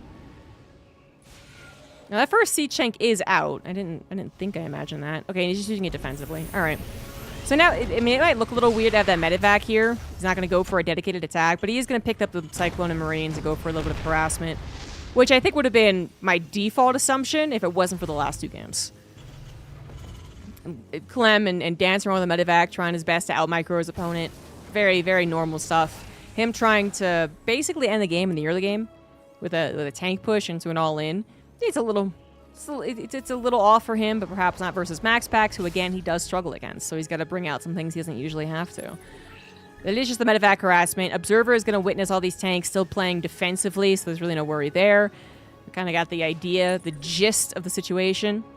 The medevac is going to see a third Nexus that's, you know, ripe for harassing, but unlikely to kill it, so he's not even going to try, apparently. A little too suspicious of the incoming stalker pressure, perhaps. He did go up to 3 tanks. You know, theoretically, well, really against someone who's not 4-gating you, which MaxPax doesn't really do anymore versus Clem. It's mostly just the 3 gates and an investment in stalkers or not. You know, you really don't need 3. Maybe you don't even need 2. And then if they're not at all going to attack you with stalkers, there could be some like, oh, I kind of wish I didn't get 1. But Clem, going for the 3rd CC, clearly not going to be setting up for a 2-base SCV pool this time. Might still try and get his tanks across the map in a nice position. This might be more like what he was doing against some of the other Protoss today, which is just using them more defensively, playing a very macro-based game. That could be what happens here. We are waiting, as Clem really did nothing with a medevac. Did not want to try and play a dangerous game, perhaps thinking surely he'll have 3 stalkers here, and then it'll be a waste to try and drop those guys out. They would have killed the Nexus again, but usually a little bit of distraction or something is what Clem loves to do, and now he's playing a totally defensive, passive game. And not getting anything sketchy or clever out on the map. Like this Raven might not even try and go out on the map. Usually it would be harassing this base, which is apparently what MaxPax expected. A couple of stalkers there, either for a Raven or a Liberator. Even a Banshee, which at this point probably wouldn't be what Clem does, but you never know. This recall was lacking. Okay, Clem finding 2 stalkers thanks to an awkward recall. Fortunately, MaxPax gets away overall. But MaxPax, you know, he is not... He's actually not doing all that well right now. There might have been a shift of attitudes here as Clem has shifted from heavy emphasis on the early and mid game to apparently just, you know, this very defensive style where you're just waiting for every upgrade to finish before you move out with whatever army you have, right? MaxPax might have been expecting something earlier, and then without it actually being a back and forth, we're seeing MaxPax just simply low on supply and desperately trying to pump out as many units as he can, which is not going to protect this 4th base. This has actually turned all types of... It's not even turned, just... The end result here has been Clem undeniably in the lead. MaxPax almost assuredly expecting something different than what actually happened. Did he not see the 3rd CC? Maybe he was expecting another 2-base SCD pool. I don't know, but this is not looking good for MaxPax, guys. Immortal gets taken down, which was trying to take out those tanks from the equation. The Protoss army just isn't big enough. Like, as much as Zealots could come around and try and take out those tanks, it's not a big enough army. Stalker's gonna try and take out the tanks instead. Force field to help out the Zealots, but Woodamines are popping off as well. This might be a cleanup. No, more reinforcements and more Marauders in particular coming forward. They're just not gonna die anytime soon. 2nd Colossus does arrive, which helps the Marauders die, but if the Marauders end up dying, it's because the medevacs run out of juice. That is actually the only reason. Otherwise, there's nothing heavy enough in the Protoss' arsenal to take those out. The Stalkers aren't focused one-shotting. The Immortal is gone. And again, the Protoss army in general is not big enough. Now, Clem is not going to push the issue. He's going to let his energy regen. His Marauders heal up, and he's got another army going to the bottom side, actually, which was supposed to be more of a surprise. Inadvertently catches MaxPax's little tiny attempt at harassment, because that's really the only thing he's got going for him. He might be able to hold with a choke, with shield battery, with just kind of defender's defense, right? But and then he's not doing anything else to his opponent, and that's not very good. Unfortunately, he's not doing anything to his opponent. He's losing the 4th base. He's still not really taking care of this army to the top side, despite now having the superior army in that sector. We're still down 60 supply, and I think MaxPax did just mid-free the situation. I kind of default assumed that he knew what was going on. My bad. I guess he did not see the 3rd CC until it was lifted, in which case he had emphasized Gateway and Zealot production, I think. So if he had been attacked earlier on, then he would have been able to pounce on it and been like, aha! Gotcha! And then he would have rolled into expanding, upgrading his probe count, getting gases, all that good stuff.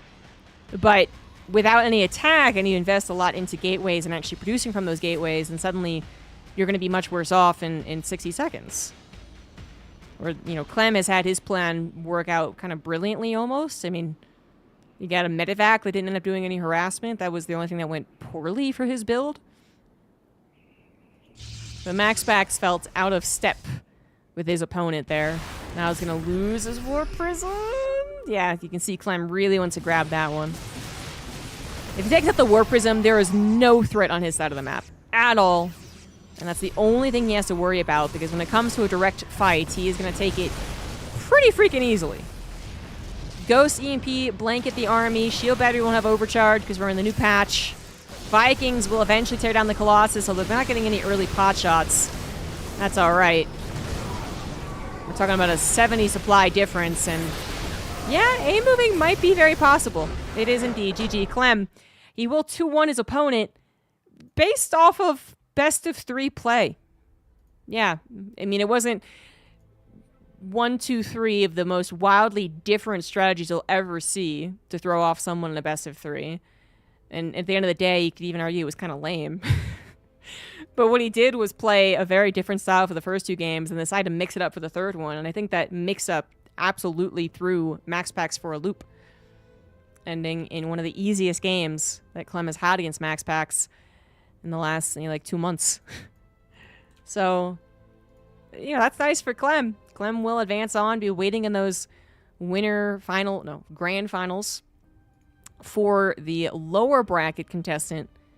Lower bracket is shaping up to be a Protoss fest. We got Mana versus Geralt and Showtime versus either Trigger or a Laser.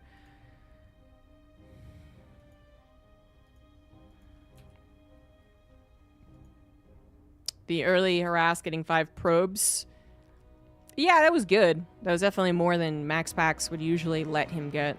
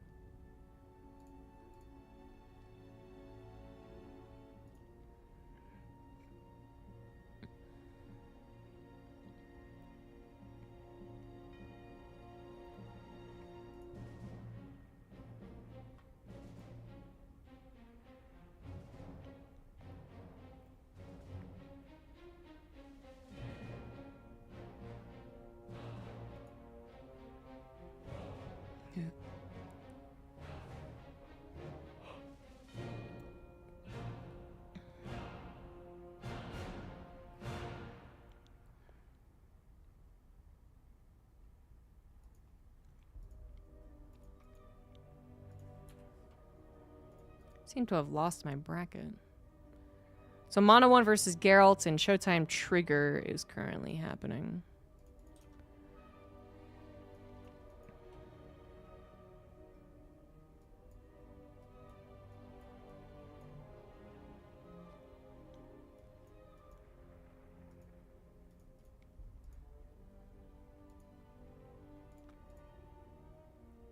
Roddy has caught Showtime versus Trigger.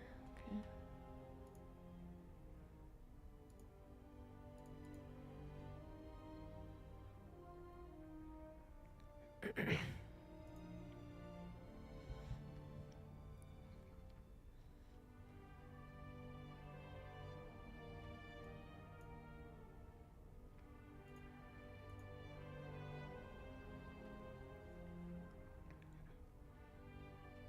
Well, things are definitely going to be decided soon. What the hell has happened in this game? Showtime took a hidden base. He's already mining from it, so that's why I'm like, an actual hidden base? Or we got a base race going on.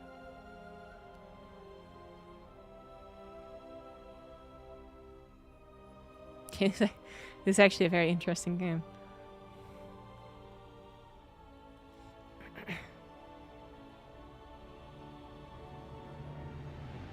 So Trigger has more army. He should win.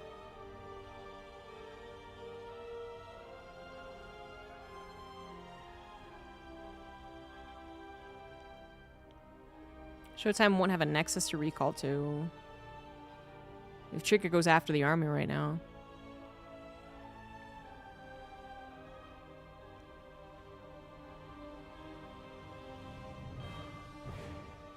Trigger's just gonna go and defend his Nexus.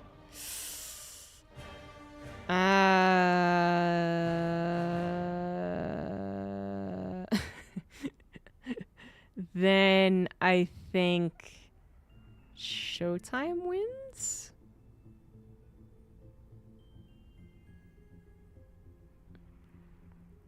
If he had just left 4 Stalkers and an Observer at his Nexus, he wouldn't have lost any DTs. He's got 4 Immortals. So I think he could have left 4 Stalkers at his Nexus, if that's what he was worried about. And then gone and tried to trap the army. Well, the army does have Blink, so I guess you wouldn't be able to trap it.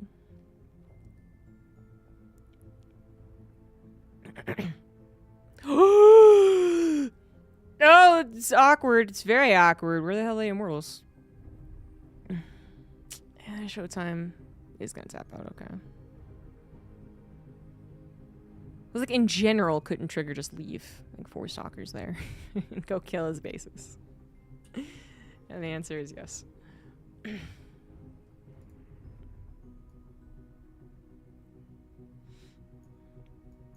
So now it is Trigger versus Mana. Just a best of 1, though.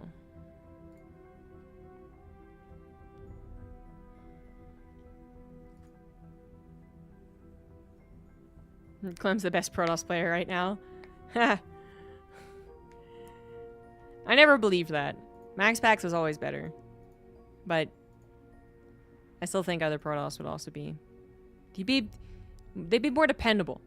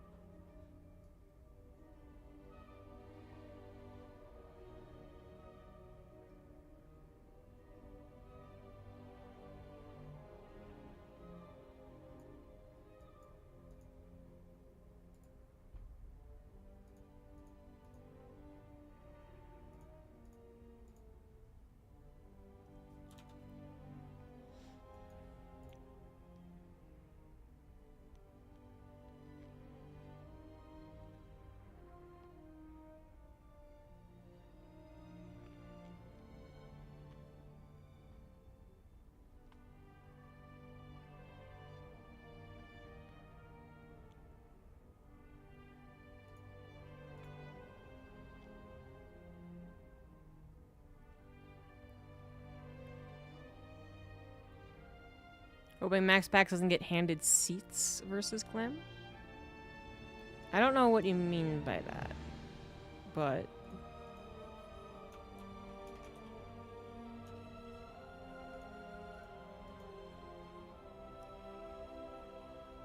I don't know, I think Max Pax actually might still be favored versus Clem.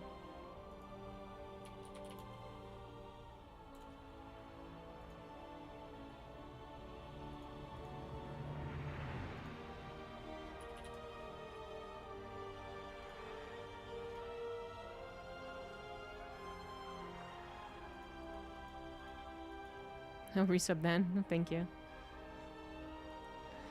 Alright, so they went over to NA, which most of us forgot about. Fortunately, they did wait for us. Since Trigger is in Korea.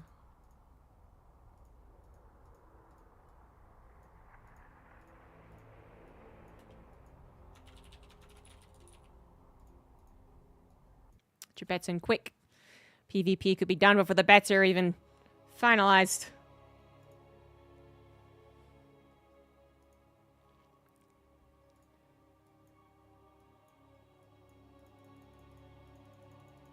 kitty.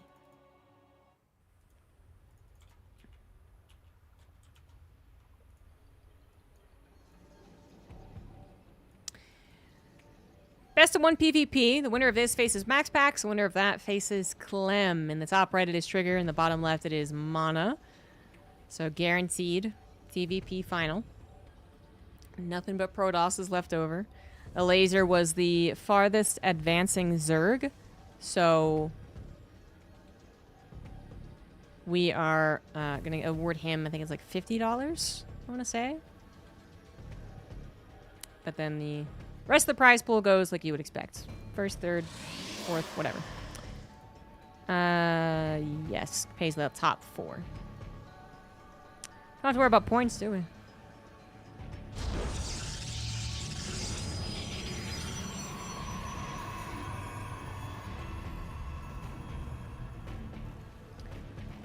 So in regards to this matchup, I really don't know who is favored.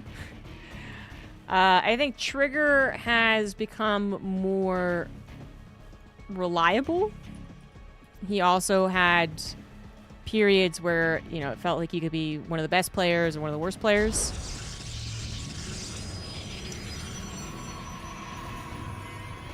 He would get into a really good position, and then he would throw it away with kind of a patience-like blink or something like that. And he's really fixed that in the last few months.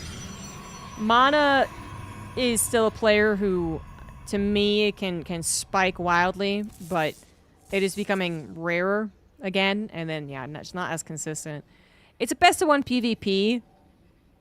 Being a bit more wild might actually be the play.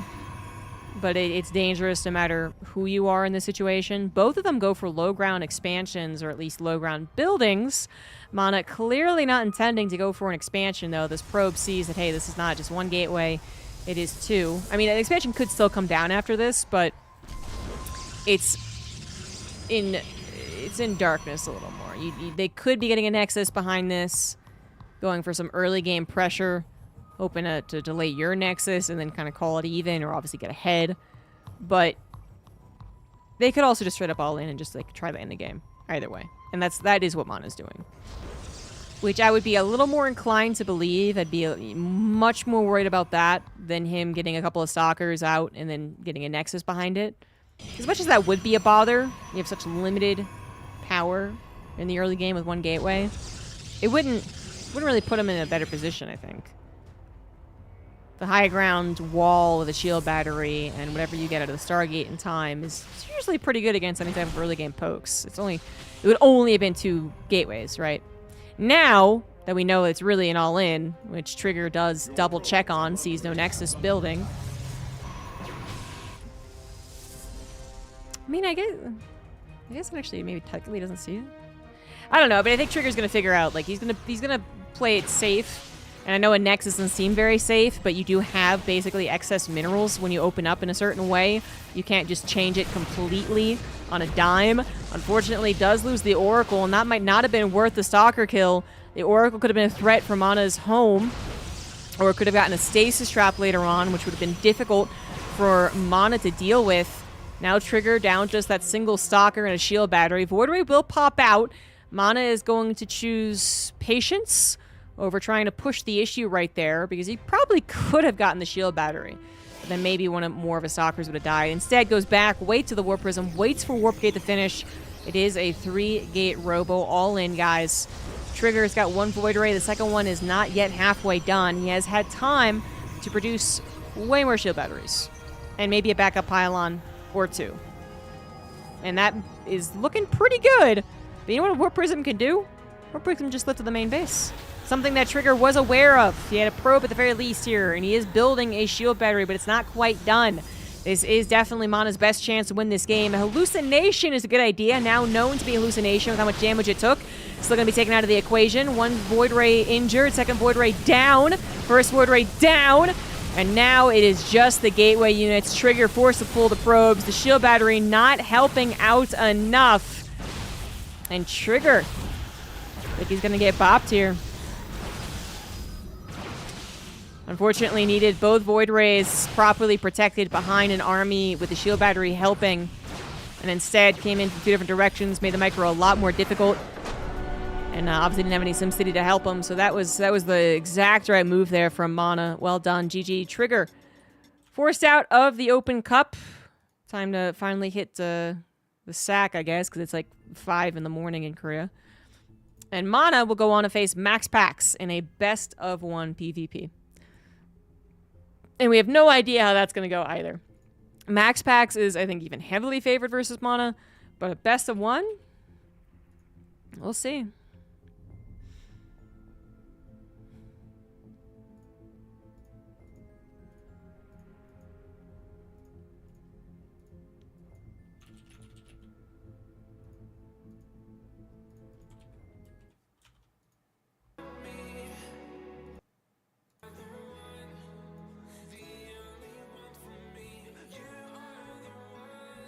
So how is Max Pax better than Clem if Clem beat Max Pax? Because of the way that it happened, I don't think it meant that Clem always wins against Max Pax. And I have evidence that he doesn't always win versus Max Pax.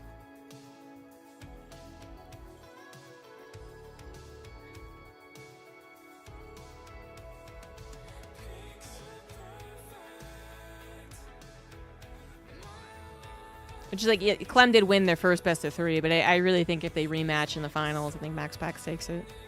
Then they'd have to rematch for the finals. And then I don't know, but...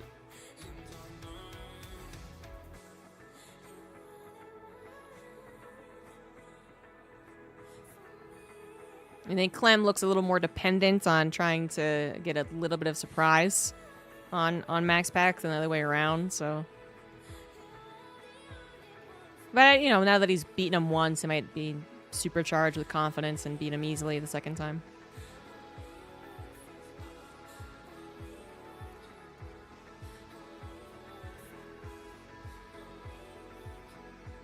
Totally forgot to go back to Europe.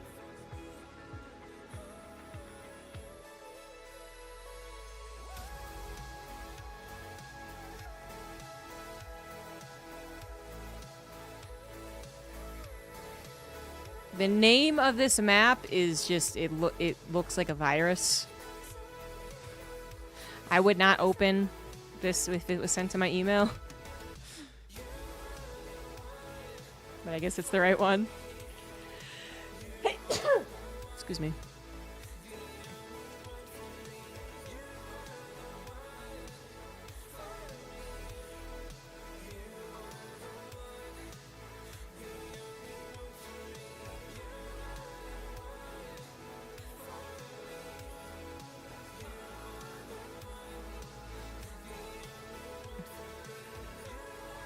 I gotta wait for Roddy to remember to change back.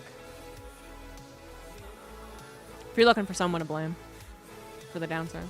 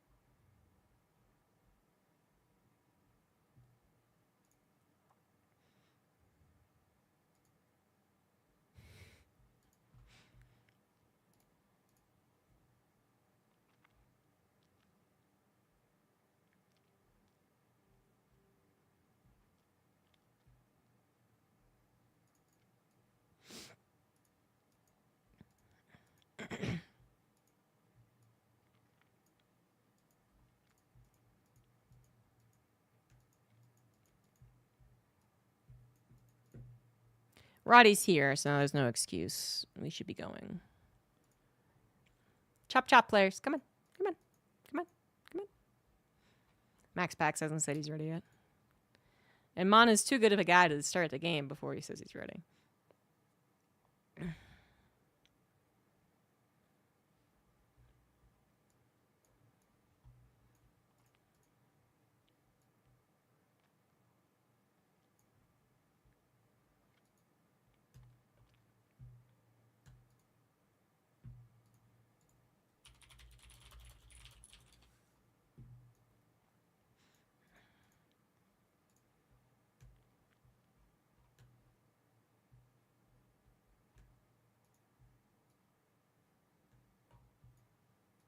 Usually players will alt-tab, right, when lobby's being made and stuff, and then they'll rely on the blinking lights of the toolbar to get them back in the game in time.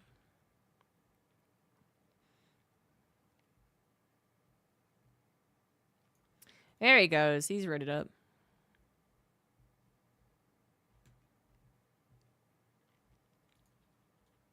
Difficult day for a cat. I know. What a hard life. Treats and cuddles and fresh water right from the faucet.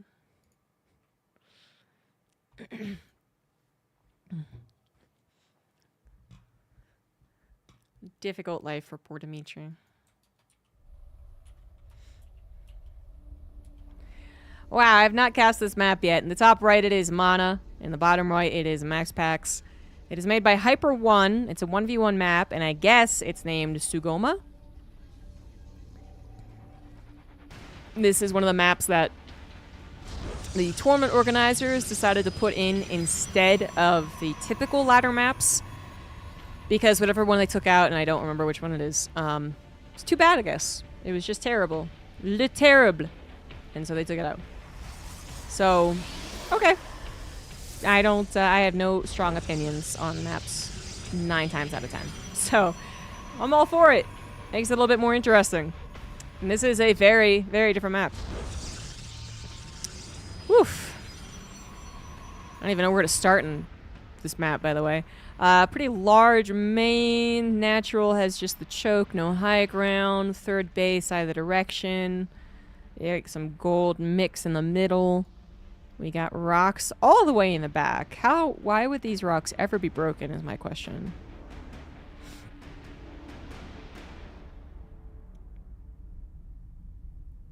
How would that ever be like a point of fighting? I don't really. Anyway, well, moving on. We got corner bases. Wow! These island bases are literally just all gas. Oh, that's funny. But definitely very different. Oh, and I was just looking over the map, honestly, but also inadvertently finding Mana's proxy. Which is, well, not a proxy. That's definitely the wrong word for that one. His hidden pylon, which is probably going to hide either Twilight Council for Blink or, Dark Shrine with a Twilight Council, I guess. Thing is, unless Max Pax's probe leaves, it will eventually be able to tell, like, hey, something's not here.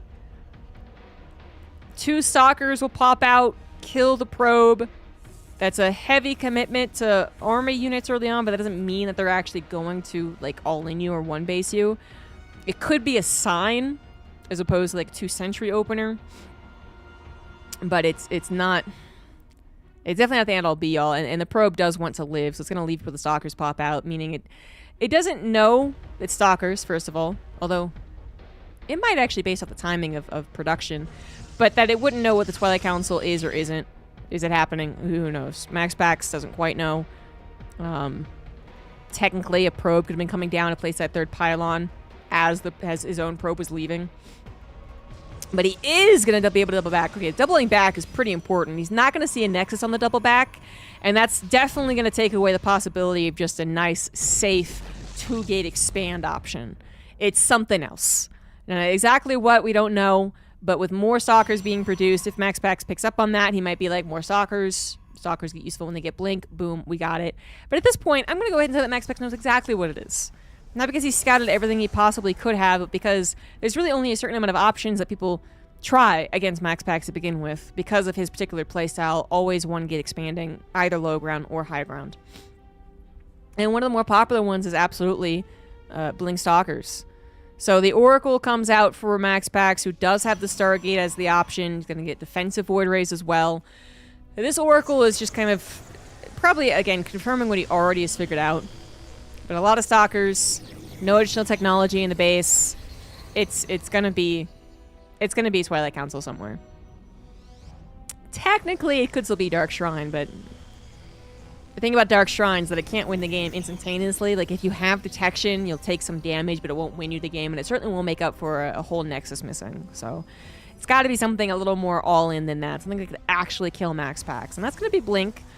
Sometimes people start chipping away at the defenses or the units of their opponent with the Stalkers prior to Blink being done. Obviously a little bit more dangerous, but maybe you can kill the shield battery, which then snowballs. Not what's happening here. Mana did just wait for Blink to be done.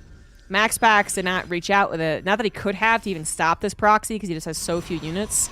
And now with Blink done, not the best start. The Void Ray could actually go down pretty easily. But 4 Stalkers locked in a stasis trap.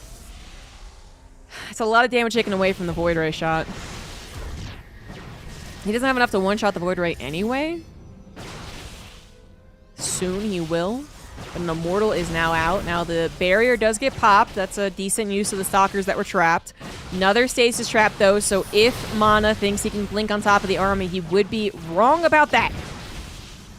And this is really going to be it. Do or die here. Immortal gets target fired. Not going down, not going down. Does finally get taken down, but a lot of Stalkers caught behind those force fields. Forced to engage onto the Stalkers on the Void Ray of Max Pax, which were dealing a decent amount of damage. All together here, maybe enough. Second Immortal comes in. Void Ray gets re-energized, but still goes down. Shield Battery cannot save it without the overcharge. Now with the amount of Stalkers, the mana has grown, and we don't have overcharge anymore. Recharge, not going to be as useful on the Sentry as it will be on more shield batteries. This one, the only one with juice left over. Stasis Trap might be the last bastion here, as the Nexus is going to go down. This is technically already good enough for Mana to try and play out a game. I guess. You'd be behind in probes and he'd be able to expand, whereas opponent would be a little more choked in, wouldn't have the mobility to ensure a safe transit across the map to get some counter damage done. I mean, theoretically, Mana could try and macro out of this. It is instead going to try and find a little bit more damage. Another Sentry goes down. Immortal's going to have its shields popped and be vulnerable for the next attempt to come in here. Max Pax actually already rebuilding his Nexus, found 400 minerals. He doesn't exactly know what Mana is doing. I was going to say the Oracle did come back to help defensively. So now it's going to go across the map and get that double check on whether or not he's continuing to all in. But you're really stuck between a rock and a hard place as the Protoss who lost the Nexus, because you can't really say like even Stevens, like we're just going to go on both of us on one Nexus. It doesn't really work that way. So you kind of have to get the second Nexus, but that is obviously something now you have to defend. And it might not be defendable, I don't know. The Stalker number has really not grown to an insurmountable size. If we were talking about 17 Stalkers, I'd be very worried. Max Pax barely not losing that Immortal, and that actually will be it. Oof. If Mana had retained the 17 Stalkers instead of the 12 that he had right there, that one Immortal absolutely 100% goes down. And then there could have been more found beyond that, but that was almost like the real nail in the coffin, was just barely not getting that Immortal killed. GG's. Max Pax will hold on and will advance to the finals to face Clem yet again.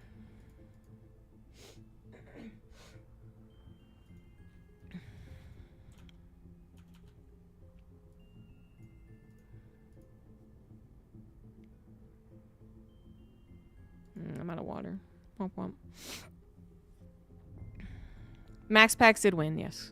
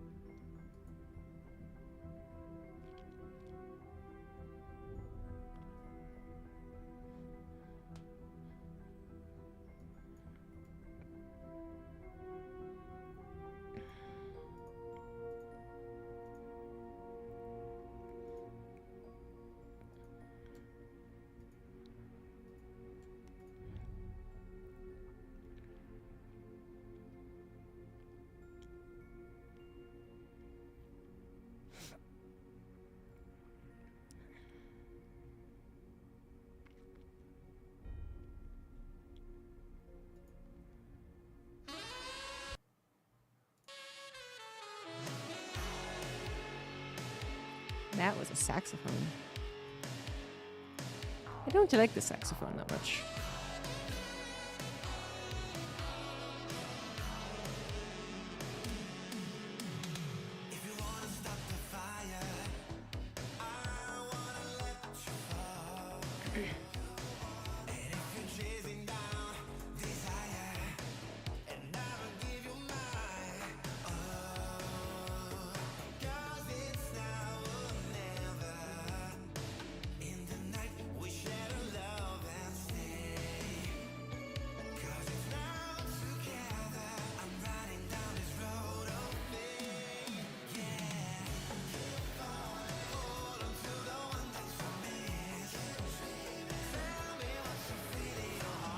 I feel like these guys have been leaving kind of early. Nah, I haven't seen them in any game yet.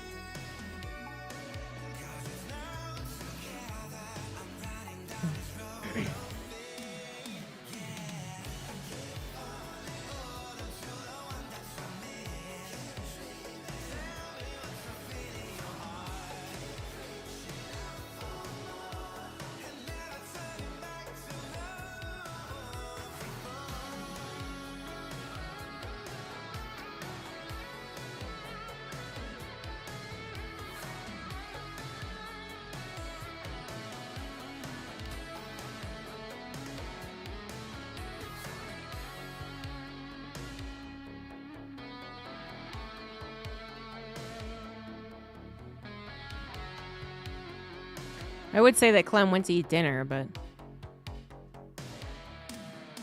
Well, I guess actually he probably did. It's like this tournament started way sooner than usual, didn't it? But... I guess it didn't. I just kind of forgot when it starts in Mountain Time.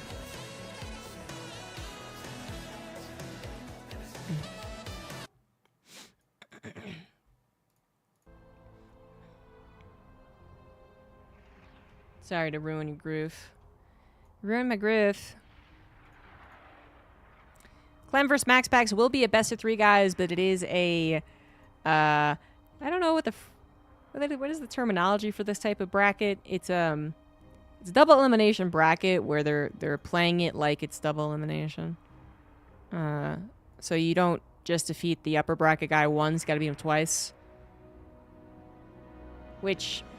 I know is like the normal thing to do with the lower bracket, but to me, I never liked it much in StarCraft. I felt like the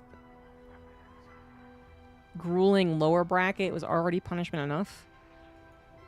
And I just think that the double series ending is just really anticlimactic, actually. I don't even really like it when they give them like a 1-0 start. But I'm not. Thankfully, I don't make these tournaments. Not tournament organizer. And I will say it's better because the best of 1 lower bracket means that it's not nearly as grueling. Dimitri's like, why are you looking at me? This is weird.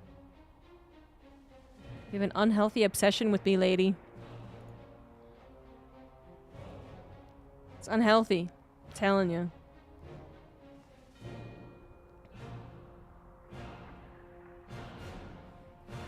Dimitri.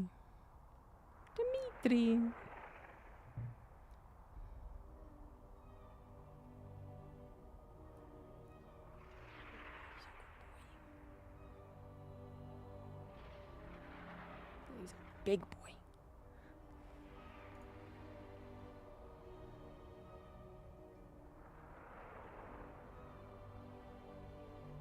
If I turn the faucet on, I am not going to remember to turn it off.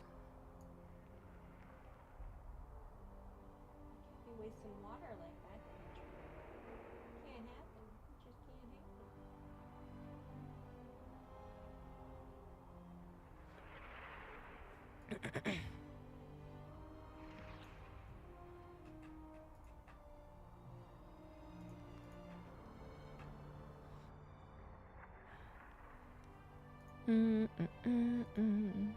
Clem is ready. Max Pax is finally ready to go, and my cat is gonna tear at me.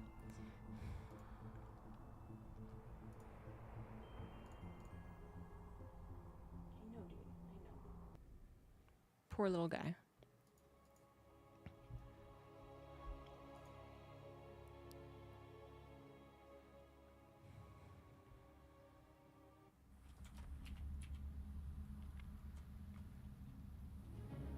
It is once again the finals, but this time it's the real finals, the final finals, the grand finals. In the bottom left, we have Max Pax, and the top rated is Clem. We just saw them in the winners finals, in which Clem was able to take that 2-1, although it was very close. And then Max Pax went to the lower bracket, defeated 2 Protosses, is back up here to face Clem once again. We are doing the classic double bracket tournament thingy where if Clem, being the upper bracket winner, wins this best of 3, he's just won. Congratulations. We all do other stuff for the day.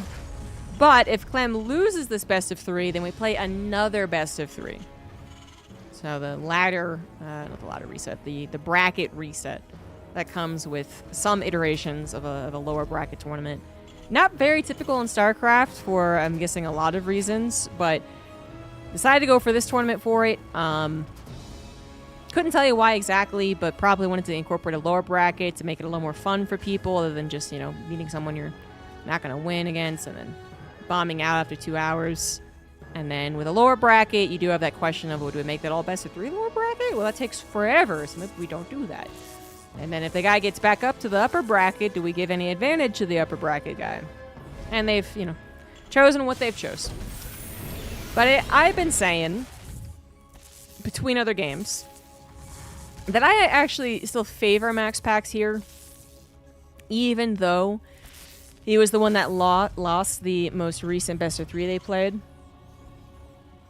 And why? Because I really thought that Max Pax was playing a more confident game than Clem was. Now, Clem won, and he didn't look silly or sloppy, like he had never done any of these things before. Because he has, of course, practiced tank pushes and early game pushes and all-ins and proxies and all that good stuff. But it's still not something that I think Clem would usually depend on if he didn't have to. Clem plays a lot of his matchups when he is at the top of his game. Like, he can do the same thing over and over again and probably win. So TVZ is the epitome of that. Like, he go 3CC all the time, right? But he wins a lot. TVP has always been a little different. He's always had different openings, of course, but he still could get into a very similar pace as his other games.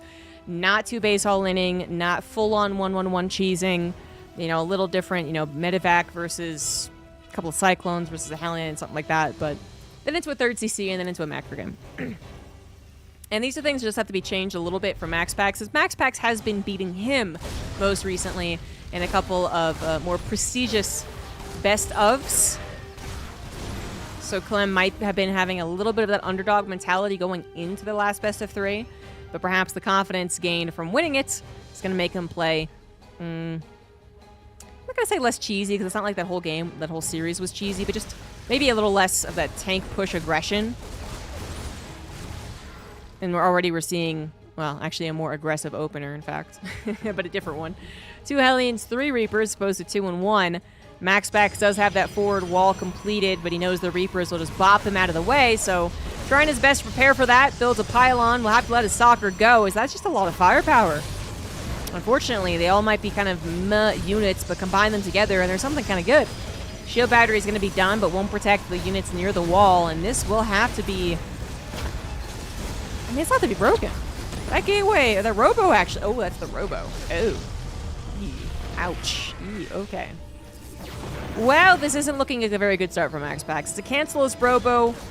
Delayed Robo, obviously. Actually does have the Reapers going to the main base after all the struggle on that front. The Reapers will still be finding 4, maybe even 5 probes. 5 probes. He's trying to click it. He's trying to click it. You can see he's trying to click this one. It's a lucky probe. 4 probes go down. Adept and Stalker. 2 Adepts in total, because one went offensive. Robo was canceled. I mean, this is a good start for the Terran. It's not unrecoverable for the Protoss, though, at all. Especially as the Protoss just cleared up this little Widow Mine addition. No problem whatsoever.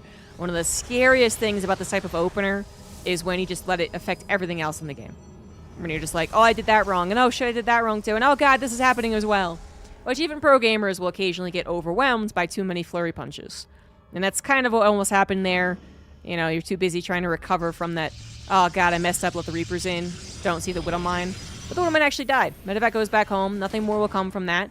But a Banshee is another little bit of a jab here, just to really throw Max Packs off. Clem, oh, he is not playing risky, is he? So he saw 2 gateways and a Twilight Council. No, he knew he delayed the Robo. He knows it's all back on the way. He's still understandably scared of Stalker counter pressure.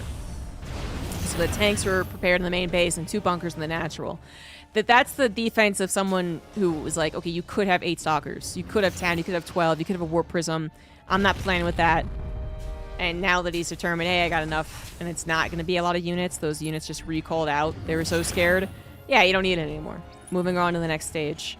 So that would have been the scariest thing. Would be a counterattack when Clem was still reeling positively from the attacks that he did well. Thinking like, I got this in the bag.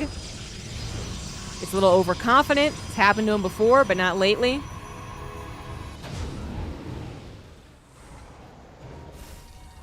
By playing just a little bit extra safe, he can go into the rest of the game, no problem. Now, Max Packs, on the other hand, would have loved to have scared Clem even more, but not really much more he can do. Gonna lose the Observer? Jesus. No, he doesn't lose the Observer, and he kills the Raven. Clem did not expect that to happen.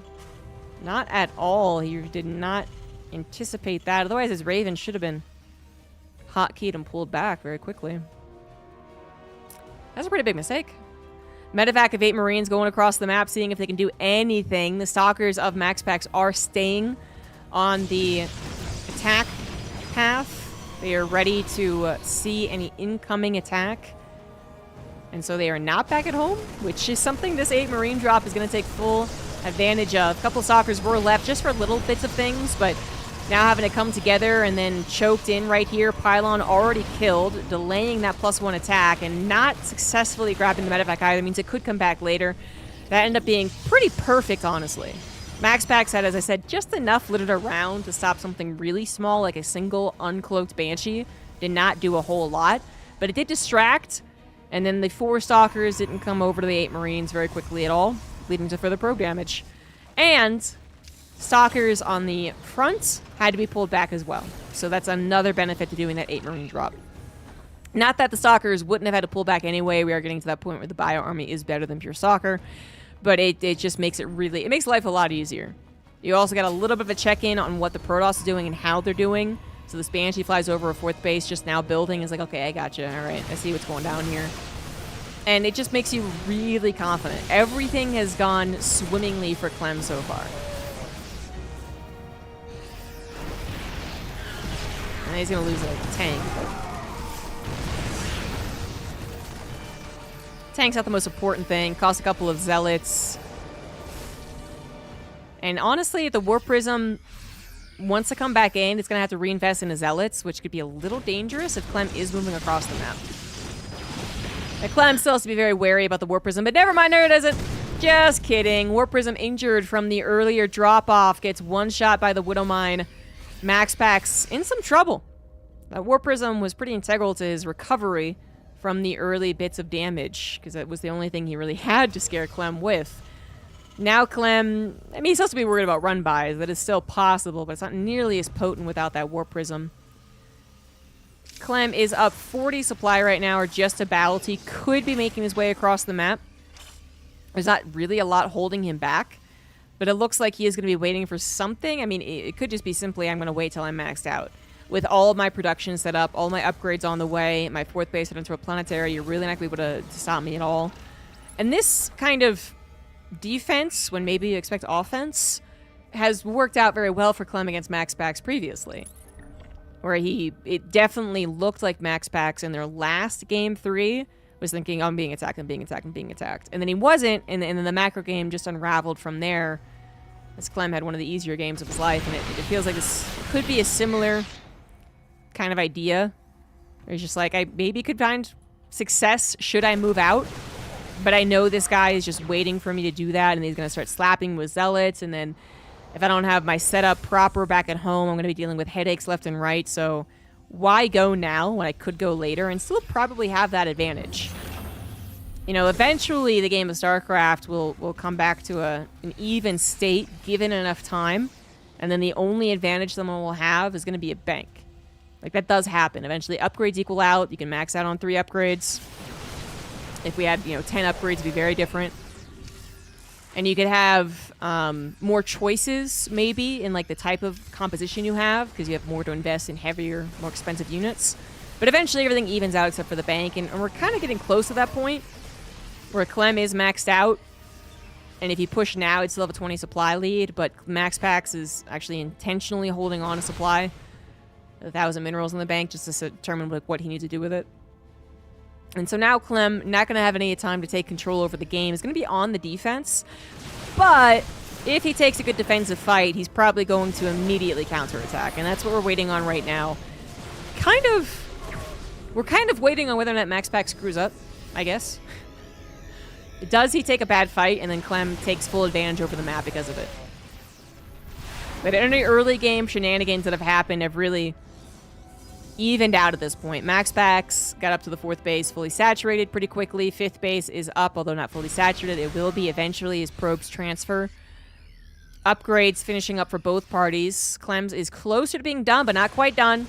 Not quite on 2-2. 1-1 versus +2. So looking to do pretty well for the Terran, who's in this nice defensive arc. Got plenty of Vikings. EMPs hitting all these armies, and any distraction run by attempts are not finding very much success. This bunker is actually very good against the Colossus, by the way. Not just because Colossus don't really kill buildings all that quickly, but just they get distracted so easily. The whole entire army will be on the left side, and all 3 Colossus will be like, oh, this bunker is great. So it's actually really good to have that. Even the missile turret, honestly. There is a serious chance the Colossus will walk into missile turret range. He'll probably die to the Vikings before that, to be fair. The Vikings are eyeing one of them and should be able to get the kill. Disruptor actually did nick a couple of Marauders, but no longer one-shots them. So we got Clem able to take advantage of the situation currently. He knows the Protoss is on the run. He wants to be chasing all these units down. MaxPax, kind of had to run. It was very clear that Clem was pretty well freaking prepared for the defense.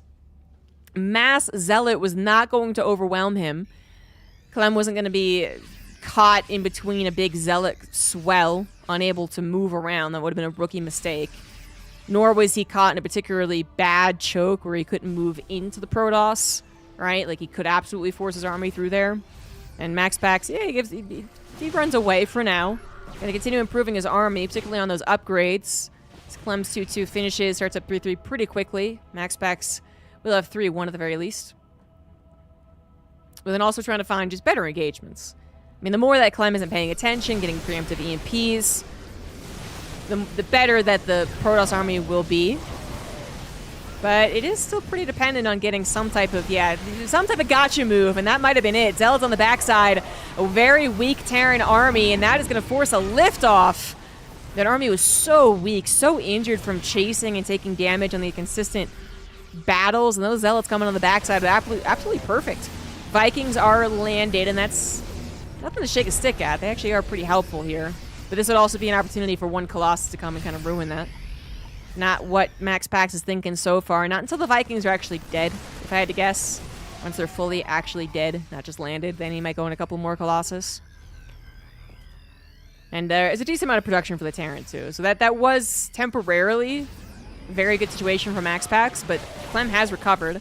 Almost 100%. He does need to heal up his army. More medevacs are available. Caduceus Reactor would not be out of place here either. Not just because of the medevac problem, but because we are on 5 bases. This is the time to kind of get those etc. upgrades, the miscellaneous ones that you don't usually see. And once 3-3 is done, we'll see the building upgrades as well. Not quite there yet. 3-2 about to be finished for MaxPax, giving him an upgrade lead. But once again, the Terran army in this great concave Got those EMPs coming down preemptively. Disruptor does get a couple of good kills. You know, when they are injured enough from stimming or just being attacked, the Disruptors are starting to one-shot those Marauders again. Marine standing absolutely no chance against them, never have. Zealots now getting into the natural. This is getting a little bit funky. Clem in some serious trouble. Production being camped, SCVs on the run. Disruptor getting another good hit as Clem, I don't think was paying attention. He is going to utilize this choke to his advantage when it's up against the Zealots, but then when it's up against the Disruptors, it kind of turns around, doesn't it? One Colossus does come in. The Vikings are forced to lift. And Clem is just not able to regroup the army. So much of his production stuck up in the high ground. Now that will come in for eventual last-ditch attempt. Okay, it was supposed to anyway. To go for a surround, but I'm not sure it's going to be good enough. MaxPax might have just broken his way in here. Liberator's trying to come out to save the day, but once again, Disruptor's getting some good shots. Orbital command going down. Clem, maybe a little sort of shocked that he was broken right now. But Liberators are here. Vikings have landed. The last stand is happening. And we no longer have a lot of Zealots. This is a very flimsy army. It is going to be torn apart. Disruptors on the front line getting torn apart. Marauders actually getting dropped off on the front lines. Vikings landing on the front lines as well. It's a hell of a last stand as the Zealots come in too late. They were too late, and they were underneath all of the Liberators' actual shots. They did not pick off the last few units like they were hoping for. Actually, the last few units were Marines, which is actually kind of what you want against a lot of Zealots. And that is going to be a hold. 25 SCVs lower. And a lot of bio to make up for. But you know what did survive? Medivacs and Liberators. And that could actually be very important as my cat moves my mic. That could actually be very important. Because if there's one thing that you can't afford, it's 100 Marines. Marines will come in no problem. Marauders, a little more problematic, but still probably okay. Medivacs and Vikings and Liberators having to be built while trying to rebuild Marauder Marine Ghost. That might be an expense too far for someone who just lost 25 SCVs. But that's Clem's situation. On the other side, MaxPax, he did dip down in the supply after an overextension. I think you could say that officially, but it's not like it was a terrible one because he had such a bank. He could kind of make one of those maneuvers, hoping that the game would have ended. But it didn't. So MaxPax is forced to use that bank he had accumulated to rebuild his own army. And we got both players kind of maxing out around the same time. Both completing all their upgrades as well. 3-3-2 for the Terran. 3-3, about 40 seconds for MaxPax. Clem now using his Liberators to harass this base. I mean, I'm not going to say it's the best Liberator map, but there are a lot of ridges, I guess. Nothing that the Liberators can just stay behind for indefinitely. But oh yeah, definitely this choke. Oh yeah, 100%. Definitely use that one. MaxPax's not going to get through. Clem has fixed his economy as well, which includes, I think, transferring SCVs around. Holy shit, the lot of DTs. Woo! Okay, that's where all the bank went into. Widowmine is going to help, but no mass repair. Not that I think it would have saved it. The Widowmines absolutely helped. They killed like 2 or 3 DTs, but yeah, no armor and no SCV repair. Planetary will go down. DT still a threat too. Clem not going to go back home and try and take care of that. Going to try and let his reinforcements take care of it. And that could be quite the gamble. We're going to get a bit of a Protoss around here. Liberators are sieging up, heading towards those Stalkers, hoping to take care of them before they're taken care of in turn. And that was a good play. Zealots on the left side do eventually disappear, leaving only Stalker Colossus. The Liberator is in good position. Great. Liberators all around, moving every which way, not sieged up, not great. And that's something that MaxPax would love to be taken advantage of right now, but a little shy. Doesn't want to go engaging after that army.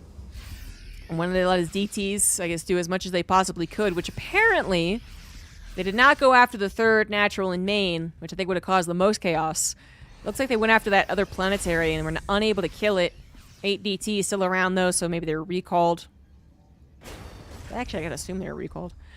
War Prism's gonna try and go to the main base, but I don't think it's gonna work out. This takes even further hull damage. Gonna settle for the third.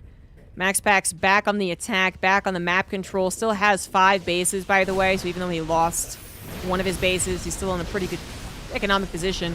Not as good as Clem, though. Not as good as Clem. Clem did just drop down a bunch of mules. Must be what the situation is. The War Prism did get in, by the way. He even got a warp in, apparently. That's actually surprising. It was so weak.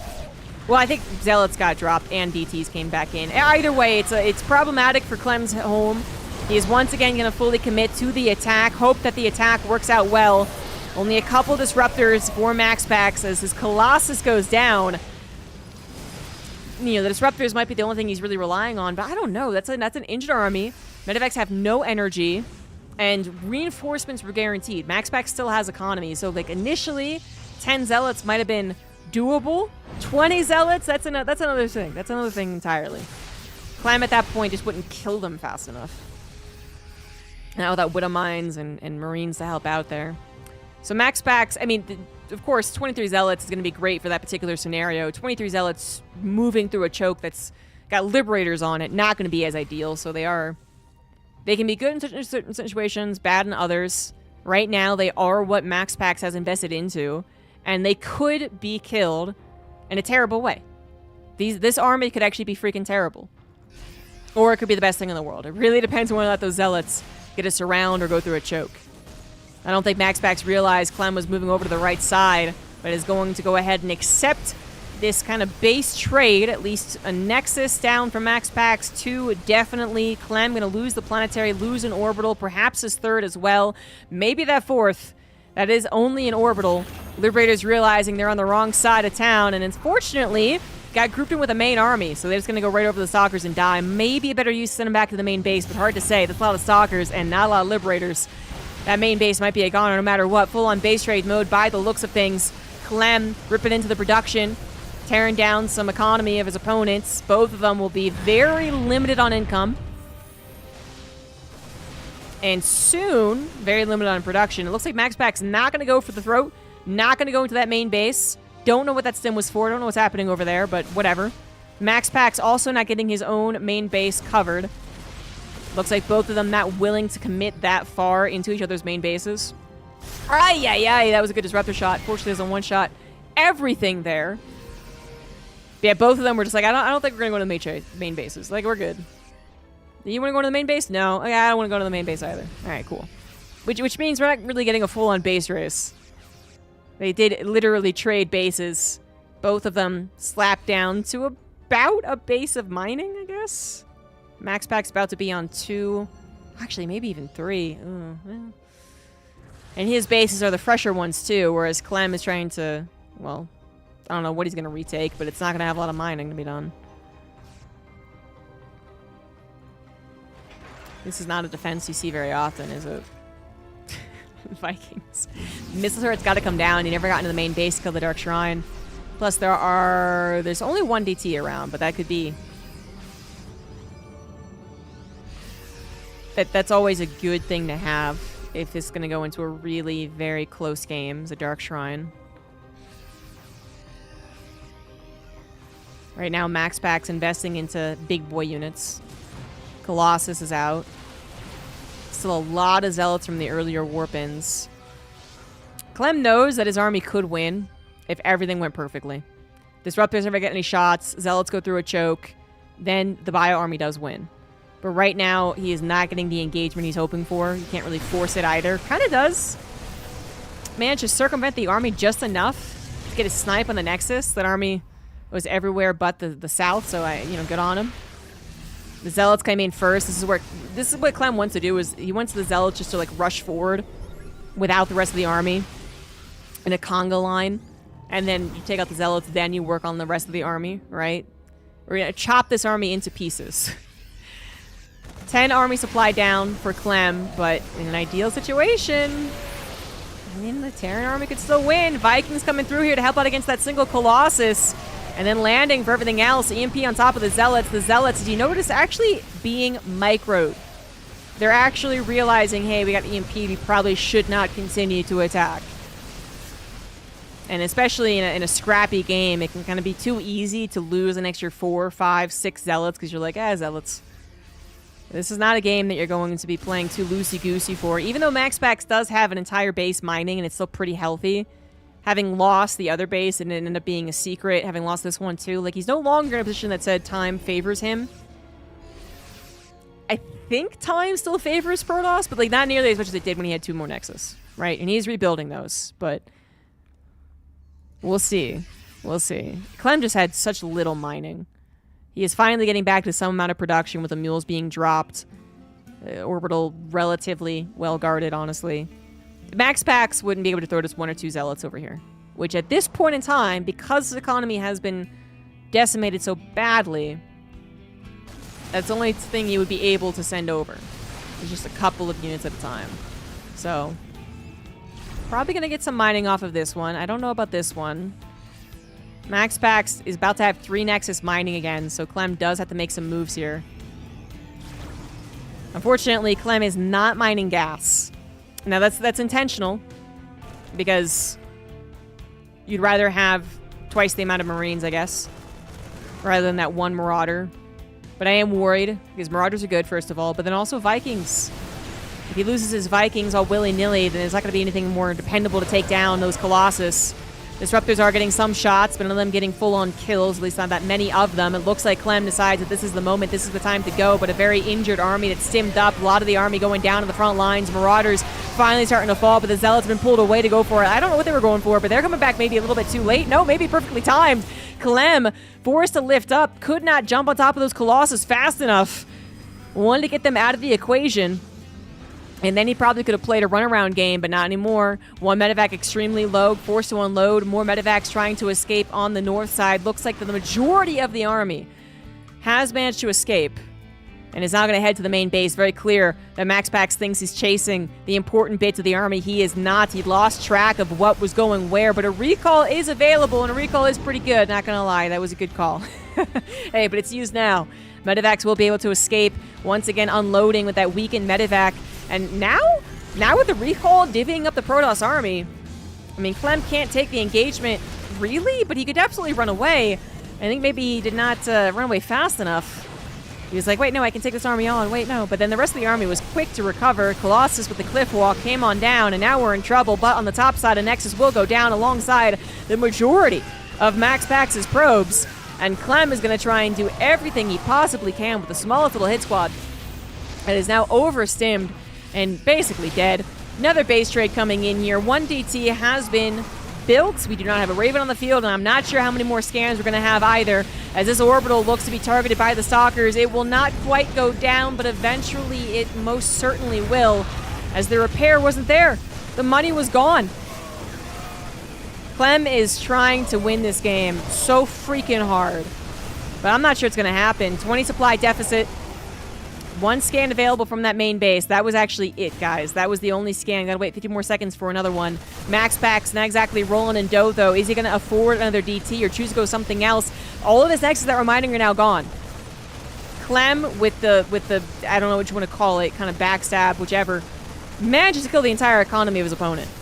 But he loses almost all of his army in the process. Now his army battered, bruised, weakened, hardly any energy. And I'm not sure what Clem is thinking. He can't go for a full-on base race. He will not be able to kill every single building before Max Pax's army arrives. And if he tries to escape now, well, the medevacs will be going down. Exactly what Max Pax is targeting anyway. And this might just be it. Clem, if he had any amount of production, would have been bringing himself back into this game. But it's not good enough. It's not good enough. We still have 2 Colossus, which will kill any amount of Marines that Clem is able to afford. And Clem, he definitely fought for this one. 100% though, but it's over now. It's a draw? No, there's no reason to draw. Max Pax will eventually get mining. Yeah, this is what Clem is making sure of course. Yeah, GG's. It would take a very long time to get to a Stargate and a Phoenix, but eventually we would get there.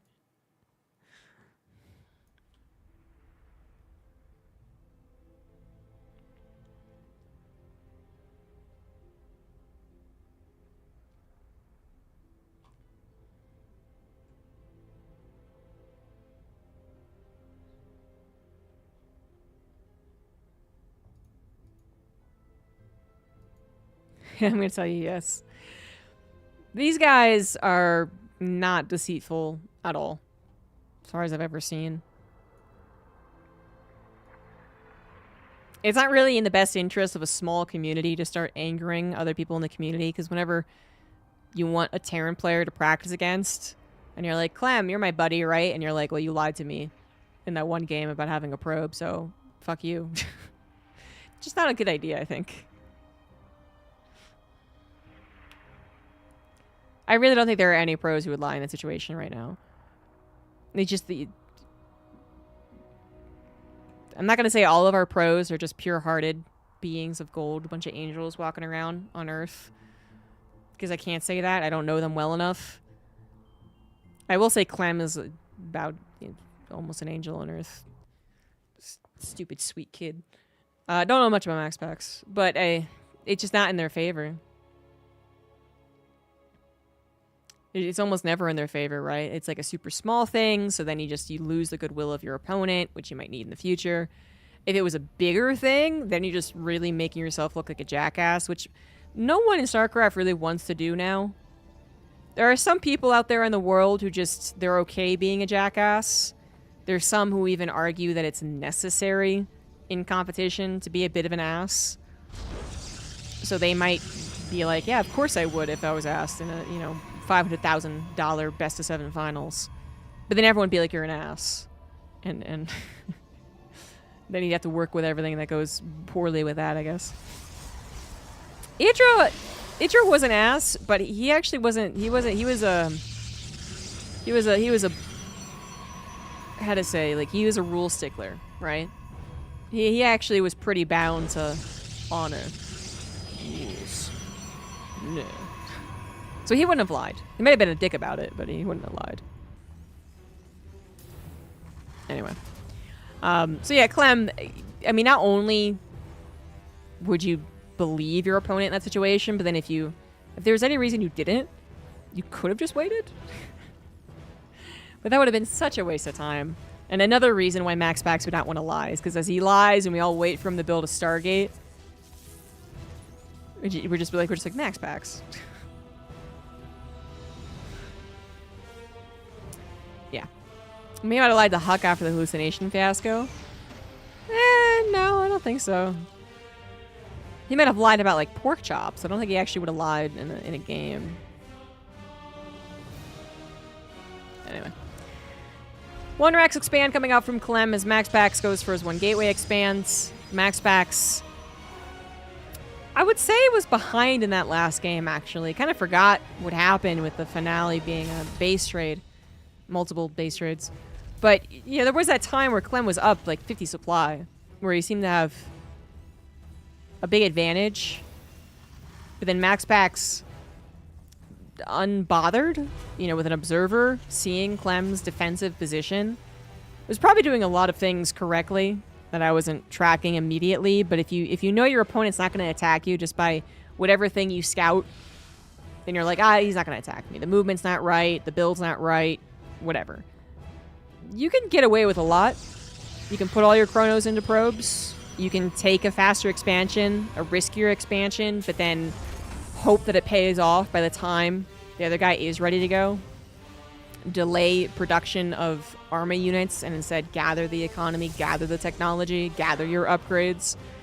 And I gotta imagine that's a big reason as to why Max Pax did just suddenly jump up again in supply. Because almost certainly he was a little behind with how the opening went down. But then when it was necessary to actually match supply and start to duke it out, Max Pax is more than prepared.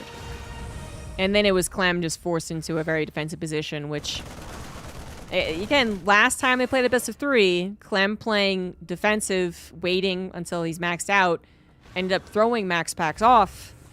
This time it did not. If that was kind of the idea, it did not work.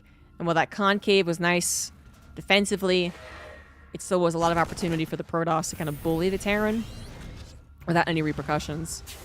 And at no point did Max Pax throw enough of an army away. Because it was maybe Clem favored, but then when the game got to maxed out, then there was that really good engagement from Max Pax that only turned sour for the last minute of it. But then was still not enough of a throw to give up what Max Pax had built, which is a 6-base economy. Tons of production.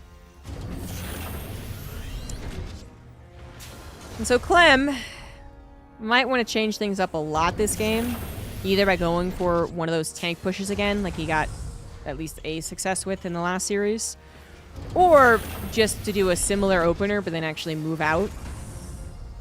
Try and find Max Pax unaware of a drop here, drop there. An attack on the 3rd. Actually pressure the guy. But these guys play so often together that I'm definitely not going to sit here and be like, well, Clem, you obviously should do this thing. Because Clem knows, based off hundreds of games of experience, what Max Packs will or not be bad or good against. So the Hellion here confirms that it is a 3rd Nexus, not a 4-gate, which again, Max Packs hasn't really been doing against Clem anyway. But you can kind of also try and tell if they're going to commit to 3-gateway production. With the timing of the Nexus, so 2 gateways or 3 Nexus or 3 gateways. And it is 3 gates. It's not a lot of production on them. There's no Warp Prism being built yet. Not going to be a priority. He does usually get it, even if he's not going to try and do any type of real offense. Even just for harassment purposes or just showing it and spooking the Terran. Bah! Terrans are pretty spooked by Warp Prisms. Usually Max Packs does grab it, but this might be one of those rare games where he doesn't. And what's funny is that because he is so likely to grab the Warp Prism, Clem's just going to assume there's a Warp Prism. Clem's just going to be like, well, you're going to come in on this side, and I'm going to put all my Wood Mines there, I'm going to put a Viking there, I'm going to make sure 20 Marines stay at home, what have you. And it's like a mind game, man. It's like he's in your brain. Max is a little ahead most of the match. Most of the match, yes. In the beginning, though, there was that Marine drop that really threw Max Packs off. But by the end of the, what was it, like an 18-minute game? Yeah, Max Packs had been winning for most of it. Colossus once again for Max Packs. This time just very proper. No Warp Prism shenanigans beforehand. Right to the Colossus, getting into charge. +1's on the way. Clem not going to do anything offensive either. He doesn't even have a drop out in the map himself, although a Raven is around getting repaired. Apparently went a little too close to the Stalkers. And we got ourselves a very normal TVP because there's a 3rd CC as well. Clem is not going to go for any SEV pool shenanigans. Whispers of Gold does remind me of Coda. Just a map that I don't think of very often.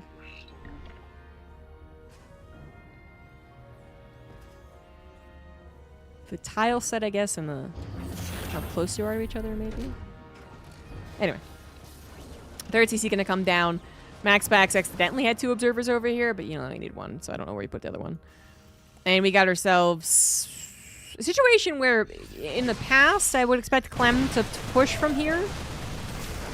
But given his last game and the game before that, maybe he does just stick around, not do anything until he's maxed again. And Max Packs, you know, if that's the case, he's going to take full advantage of it. He's going to have a 4th base, build out the probe count, probably try an attack or 2 with a relatively gasless army. The mass zealots, am I right, fellas? Everyone loves mass zealots. Oh, that observer was playing with fire. Kind of deservedly died. The tank was not deserving. Oh my god, he just killed his own tank. Well, not what you want to see from Clem, but maybe he's still okay. Maybe he didn't need that 2nd tank anyway. He is fine. He is moving out, so this is a difference. And if Max Packs is hoping to be a little bit more time, he'd be wrong about that. The Stalkers are sharking around looking for the armies because the observer had yet to see it. I believe it was heading over to the right side. And now Clem, not really certain about the full-on attack in the front. He's going to try and divvy up his army, go for a drop, which kind of gets intercepted / intercepts. Whichever you want to go with it. Zealots on the left side as well. Max Packs was ready to pull the trigger on both of those Zealot run-bys if Clem had continued over to his 4th base. And Clem would have had a big headache back at home, which he kind of already does. Unfortunately, loses that medevac drop that he had set up over to the right side and now known. And now also Max Packs knows that the army has retreated entirely. It is back at that 3rd, and Max Packs now has full reign over the map. This time he did not have a Marine drop that killed however many probes it did. So I feel like Max Packs now very much favored. We'll see. Grabs a medevac in exchange for a stalker, I believe that was. Warp Prisms warping in more units. We are getting ready to pull that trigger. No upgrade about to finish for the Protoss. I'm not sure that's what Max Packs is waiting for. I thought I already got a Dark Shrine, too. I could have sworn I saw a Dark Shrine on the production tab. Maybe he canceled it. But he's waiting. He is waiting. He's got Zealots on the backside ready to try and come in. If Clem starts micring down to the bottom, then those Zealots can come in to get this round. If he starts to retreat towards the top, then the Zealots just chill for later opportunities. Another observer just ran into the missile turret. Okay. Everyone making some mistakes, I guess. We're going to have double robo at the very least. It's pretty standard. Maybe eventually triple robo. Dark Shrine will be available. More harassment opportunities. Max Pack's pulling everything to the north. Again, he has these Zealots ready to hit the third base. Although that's in pretty nice bunker position. Clem knows he will be attacked, and he will try and take the best engagement. But again, the question of how good can the counterattack be after. That's where we really see, I think, the game develop. Because right now, it's been both players just doing their thing. Clem's going to try and take a fourth base, and Max Pax is not willing to let him have it for free. I don't know about this. 2-1 versus 1-1. Protoss is better upgraded. Still got the Warp Prism in play as well, but that's a lot of bio. And the Zealots, they get too far ahead of those Colossus. The Colossus get too far into the Vikings, end up dying. Suddenly, you're nothing's left but Stalkers, which is unideal. So it always looks like such a terrible fight. It looks so terrifying for the Terran to take this engagement. But when you actually see it unfold, it can absolutely favor the Terran, especially with Clem's control. Fourth base will be acquired. A little choke to work with, too, should he ever get a couple of Liberators. Right now, it's Max Pax is working with that choke, sending Disruptors in to ensure his retreat option. Zealots on the bottom side, a little too obvious, a little too on the nose. Clem was prepared for that, no problem. 2-2 is almost done for the Terran, but it's now a difficult time for Clem to try and push through. It's great that he got his fourth base, and defensively he might take a good engagement, but to push through that choke into the Protoss arms, that's a little different.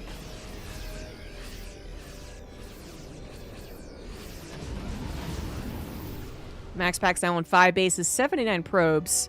Could easily get a 6th, because he has almost 4,000 minerals, but very much focused on trying to break Clem, trying a different angle, not working out super well. So far, the choke's working in Clem's favor. Once he pushed the Protoss army back, got that 4th choke on his side. Both of them maxed out. Upgrades now favoring the Terran, even a +1 for those Vikings, as the 3rd Colossus has already gone down. 2nd Colossus is about to fall too. And here we go, Max Pax once again on the retreat. Clem sensing an opportunity and a chase on after him. And this actually could be a really good opportunity. Zealots wasting their lives, kind of going single file into the Terran army. Colossus not knowing what to do. Disruptor going to try and save the day, but very temporarily. Actually just makes even a better concave for the Terran. And Max Pax, he's going to need something stronger than what he's throwing at the Terran army right now.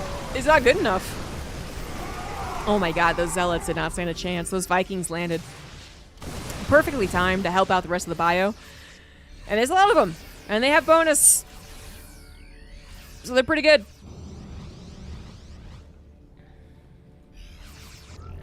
Max Pax does have that bank, and there is one hell of a Disruptor shot. Oh, with the stimmed and injured Marauders that actually still one-shot them. That's a good start to the defense. So Max Pax, he needed time to produce more units with the bank that he has. And he needed to stop anything better dying. He did not want to give up a Nexus. Could give up a couple of Zealots, I suppose. Already lost the battle in the middle, but definitely didn't want to give up the Nexus. The Disruptor made sure that Clem could not threaten the Nexus and actually just full on left. So now Max Pax grabs the 6th finally. But then also many more rounds of production have been warped in. Max Pax ready to get on the offensive with a slightly different composition. More Disruptor focused. Zealot still needing one of the better engagements to really be effective. Take out the bunker, could take out the tank, not quite. Liberators now also sieged up, causing further problems. Liberators gonna be very helpful here. As further harassment will start, more DT run-bys, more Zealot run-bys, more War Prisms in the main. We're going to see that consistently in the... Oh, Jesus, all the Disruptors on the front line getting taken down. Focus fired as well. Oh, none of them got a shot off, and all of them are dead. It seems like, while I was paying attention to the main, so was Max Pax. And as such, it's not running away fast enough. I was trying to say the Liberators would be able to help out defensively on the third and the fourth in case this was a 1-2 punch. And it was trying to be a 1-2 punch. But MaxPax got cut up with his jab. Lost the big haymaker. Lost all of the disruptors. Lost the attack on the front lines. And now in trouble once again. But still 3,000 minerals a bank here, guys. Still some engagements that need to be taken care of for Clem to actually win this game. He's got like 3 waves of Zealot Warp-ins to deal with before we can really finally put a pin in it. I'm not sure they're going to be coming in here good enough. Here they go, here we go, here we go. Zealots coming in. Stalkers forced on the front, though, very awkwardly. Disruptors also being taken down, but the Zealots finally catch a large portion of reinforcements. Looks like the main base was still in trouble. Finally fully cleared up. And a lot of economic damage, definitely more so on the production damage. Reinforcements getting killed. And just being a big old distraction, but it's finally cleaned up. Clem's still on 4 bases. MaxPax still on 6, although his 6th does not have any mining on it. MaxPax is once again maxed out, but he's had some haphazard engagements. Clem has 3-3. MaxPax stuck at 3-2 currently. +2 ship also done, so the Vikings are very effective. The Liberators do 2-shot. That made such a loud sound. I had no idea what it was for a second. It's an energy recharge. Oh, it's 1 sentry. It's going to help out. This Guardian Shield's going to be big.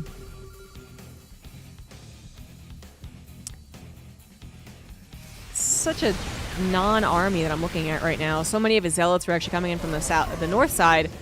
Maybe hoping for a surround or maybe getting caught up in the army when they meant to go for the 3rd base.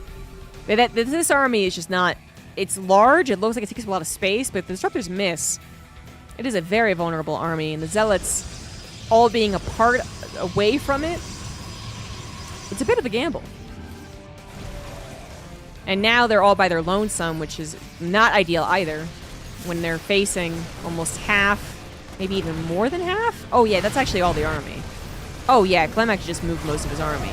MaxPax, realizing that, is like, well, I gotta take something in return, so is gonna grab the planetary, but is perhaps gonna lose a large chunk of Zealots, first of all, but then second of all, 2 Nexus, 2 dozen probes.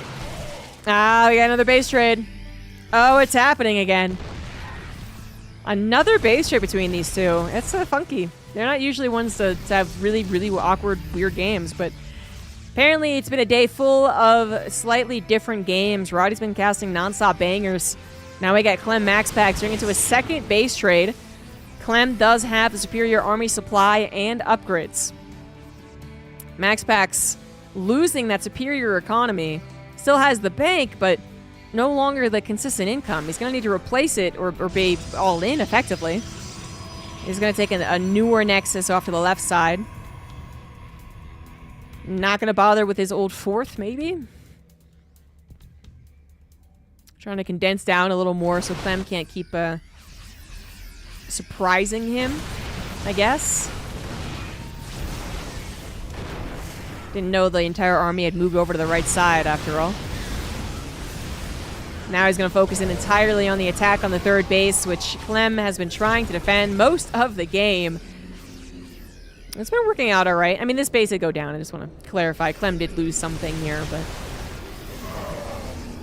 He's getting a 5th base up to the top right with an orbital, actually. So this was an additional orbital that he made. He has an additional command center as well to grab maybe a cheeky planetary up to that very top right side. And if he gets 2 more bases than MaxPax, well, then he'll be in a very good position.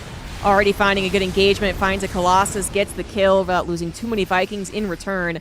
Clem's army supply still ahead of his opponent's upgrade, still favoring the Terran player. Disruptors, really the biggest thing that MaxPax has going for him. And a potential surround with these Zealots. That is a lot of them after all. But here comes Big Concave. Terran coming in for the final fight, perhaps. Vikings down to just 4 of them. Not going to kill the Colossus that quickly, but they are stopping them from engaging. Disruptors are being sent out as consistently as possible. And Clem just kept dodging. Dodge and weave with that big of a concave. It actually wasn't all that difficult. And nothing was killing the Terran army while it was dodging and weaving.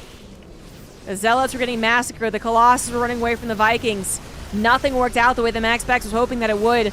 This might just be the end result here. Clem steamrolling over the Protoss army, taking on another Nexus. Going to find the last one. truly, on this bottom left, he wants to grab the disruptors if he can. That would certainly end the game. But he can't quite get all of them. Finds one on the backside, still avoiding the rest of them as they're just so damn slow that the Zealots surround is not going to last long enough. Not at all. No, it was so close to lasting long enough. Oh, and that's it. GG's, Clem.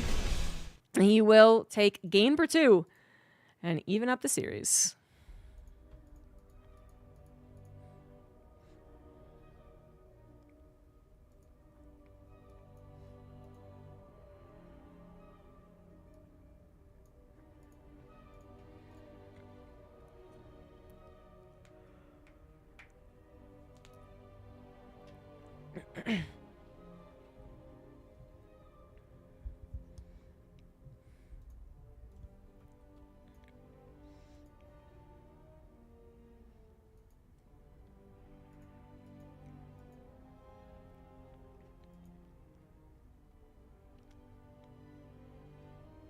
My cat is cute.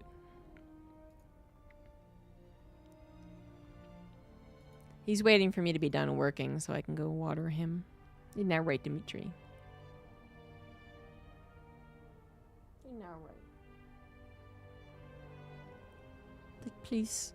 Please, I'm so dehydrated. I'm so thirsty. My name's Dimitri, and I can't drink from any water fountain. I have to drink right from the tap.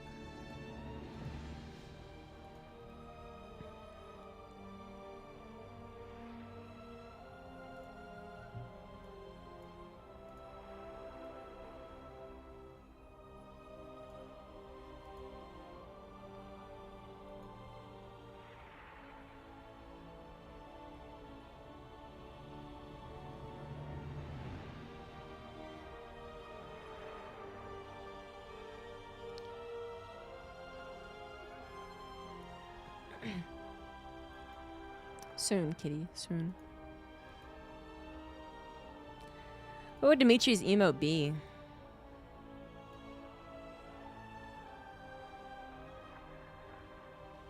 You know, we live in a state that's quite well known for its hard water as well, so it's like, you know, the water we're giving you in the water fountains is better, right? Water fountains all have filters in them. Nobody likes the taste of minerals. So I'll get my first ever cat. Aww. Any advice for attending to an unneutered male? Well, first of all, neuter them as fast as you can. Cats are neuterable, spayable by, I believe, 8 weeks. Because it's not just for not making more babies, although that's the biggest reason. It's because it also means if they are not neutered, they will mark their territory. They will pee in your house. They will want to leave the house and go catch other, you know, the lady cats. They'll grow really large. They actually have like a different face. Not that that's bad necessarily, just there's other effects to not neutering them.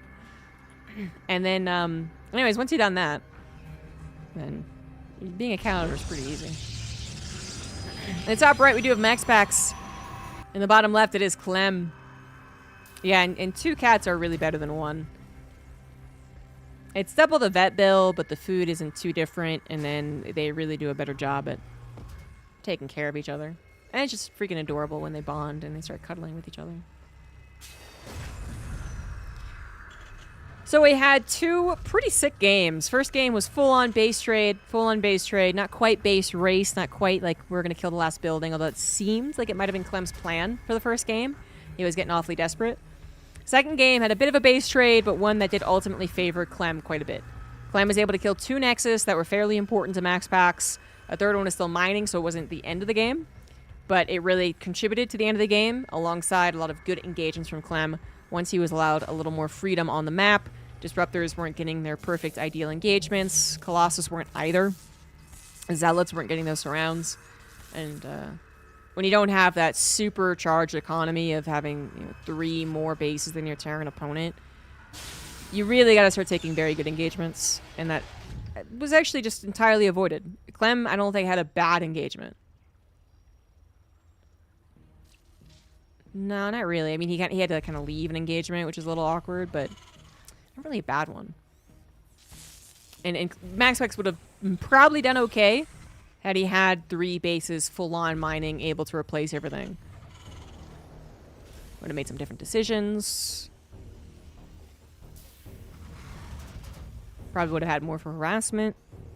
It would have been different. But the 2 Nexus dying and Clem mostly getting away with it. Like, he traded one of his planetaries for 2 Nexus, but then not a lot of his army went down for that. And then it worked out pretty well. So a really different best of 3 as well compared to their one they played in the regular bracket, I guess you could say. Where that was full of early attacks from Clem. Even an SCV pool. And now Clem's back to 3 base, but pretty defensive play. Really not choosing to commit to any move out. He doesn't get 2 medevacs and immediately fly across the map, try and do some damage.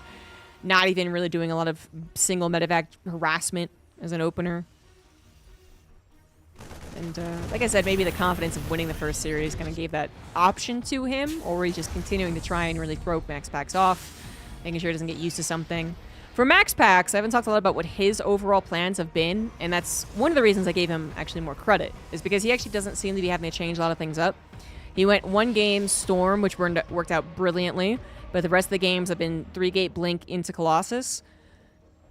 And I thought that type of dependability, not feeling the necessity to change things up or feeling pressured to do that, would result in a better series the next time these guys met. But it remains to be seen. Maybe MaxPax will win this game, maybe it won't. If, again, he does not win this best of 3, that's it. Clem wins. If MaxPax wins this best of 3, there's another one after. Or the 2 don't get along.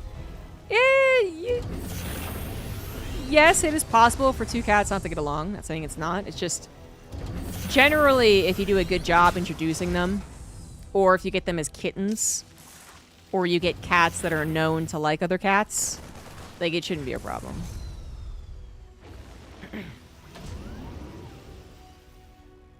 Yeah, let's CG Inspire get 7 cats. Yeah, 1 up me.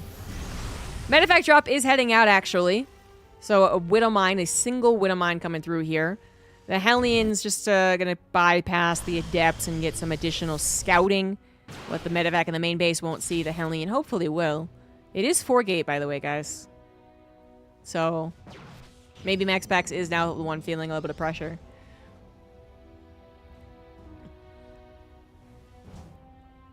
Fully committing to a 4-gate that is an all-in. It's kind of been Maru-ized, where Maru made the 2 and the 3 racks not as all-in as they would usually be.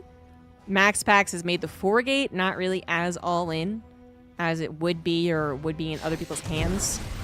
But it is still very much dedicated, and one of the reasons that I think he stopped doing it was because it was becoming defendable. Even, you know, a lot of Terrans were figuring out how to perfectly defend a 4-gate if they knew 100% it was coming, and MaxPax was going through a phase where he would literally only 4-gate. Then he kind of changed over to 3-gate, and that gave him more of a flexible option. But yeah, full-on 4-gate. Clem has been very wary of the possibility of this, getting 2 bunkers, getting enough tanks. This time around, he didn't actually know about it, first of all. So he sees 3 in total with the scouting he currently has, but he's probably figuring it out because the stalkers are being so aggressive. Certainly they have a Warp Prism. Hey, it's a lot of stalkers, he's 4-getting me. But he hasn't had the second bunker. The second bunker could be something he's very much missing. 3rd tank pops out, is going to be microed back. At least that buys some time for the auto turret, SCVs, and the Marines to dig into the stalkers here. Would have been better to save the tank, absolutely, but did what it could. 3 SCVs go down, not bad at all. 6 stalkers, though, went down with that, and that is actually kind of bad. Bunker might be target fire down, maybe, yes, it will. 1 stalker, I believe, went down. A bunch more, very, very injured, but we're down to just pure Marine SCV defending here. Tanks from the high ground going to be coming down finally. So a 3rd one just popped, and a 2nd one unsieged to come down here by the looks of things. He does not want to give an opening to the main base. That's something he's very afraid of doing. He knows that as soon as he shows enough army on the natural, the Frost army will go to the main. But that was not enough in the natural to scare away MaxPax. MaxPax actually dove, got a tank and the Raven, but did not realize the 2nd tank was ready. So he did take a couple of blasts to the face. That's 9 SCVs down, but 13 stalkers. The really important thing is that the stalker count isn't being retained as much as MaxPax could, I suppose. Like, he's been taking some risky engagements, micring to the best of his ability, sure, but if this was 20 stalkers, we'd obviously already be calling game over. It might still be game over as another tank goes down. We're still on 2 tanks, but both in siege. Well, that one actually nicely in siege. And that is actually it as far as the attack goes, I think. I think that this is past the point of return for MaxPax. Now that he's out of the game, I don't think MaxPax is dead. I don't think Clem is dead. But I do think MaxPax's 4-gate is running out of steam. That last attack through the natural, going into the main, bit of a Hail Mary kind of situation where, you know, yeah, if you really did take down all the tanks, if the Terran player was being very flippant and not producing tanks, you might have actually won right there. If you had walked to the main, there was no tank. Those stalkers would be just all over the Marines, right? But thankfully, tanks are being produced. In total, I think 7 tanks are going to be produced in this game. And that has definitely contributed to Clem being alive. SCV pulls were great as well, and because he was producing SCVs while losing them, he's really never fallen that far behind on their worker count. MaxPax did start to invest in probes. He did start to invest in probes around the time that I was like, oh, I think this might be like wearing out. And he got the 3rd Nexus up, obviously, but this has been delays on his economy. There are repercussions to a unsuccessful 4-gate, and usually an unsuccessful 4-gate is just one that hasn't won already.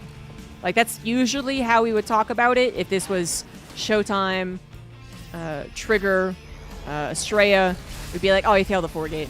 He didn't win. Oh, sorry, buddy. But that said, the 4-gate at least did some amount of damage. He did kill some workers and some army.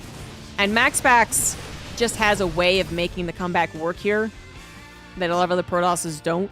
So I say like MaxPax isn't behind. I shouldn't say it that way. I do think MaxPax is behind. I don't think MaxPax is out of the game because MaxPax is really good at making these comebacks happen. Is he behind? You can absolutely argue that he is. 65 workers, not quite 4 bases when you're only working with plain unupgraded gateway units is not good for Protoss. Even the supplies look okay right now. This is where run buys, War Prism threats, good army movement could really make a big difference. Actually, whoa, he's gonna attack? I mean, this is the type of maneuver that is shocking. So sometimes, you know, it can work. Love the Archon on the front trying to tank the shots. Tanks are left a little alone. Zealots on the right side as well. MaxPax not going to find the attack he was hoping for. He did take out those tanks, almost no problem, but none of the bio was really caught between a rock and a hard place. I think that's what the Zealots were trying to do. They were trying to collapse down the army, get us around, pin the Marines up against a wall. Did not happen. Clem, though, still absolutely needing to respect this. MaxPax, I mean, there's a reason he's only on 65 probes. He did stop, and now he's back to building them. But it's a dangerous game that he's playing. The bio is pretty good. And once that army that he had built up, the Protoss army that he had built up, all those Zealots start to dissipate, that's when the bio army suddenly becomes like, oh, it's sturdy to, okay, it's going to straight up kill me. Like, I just won't have enough. Like, it's a very, very, very tense game. This bunker actually being here is still helpful. That's odd, but good. Colossus will arrive. Medevacs are out of juice. SCVs had to be pulled away. That is certainly complicating things. +1 armor is about to finish, giving the Terran an upgrade lead, but the medevac energy and the lack thereof is actually really starting to be a problem. Gonna go and use this concave to the best of his ability. Immortal is gonna be juggled after tanking quite a few shots. Colossus on the front lines, a little vulnerable, but the bio army, again, so injured. It is so injured. If that was nothing but green marauders right there, I think he might have chased after. But the medevacs are still out of energy. Liberator's going to help out here. Bunker is still available in case the Natural is under attack. Couple of force fields actually providing some really good cutting between the armies. And Clem is starting to run out of army. He absolutely is. MaxPax.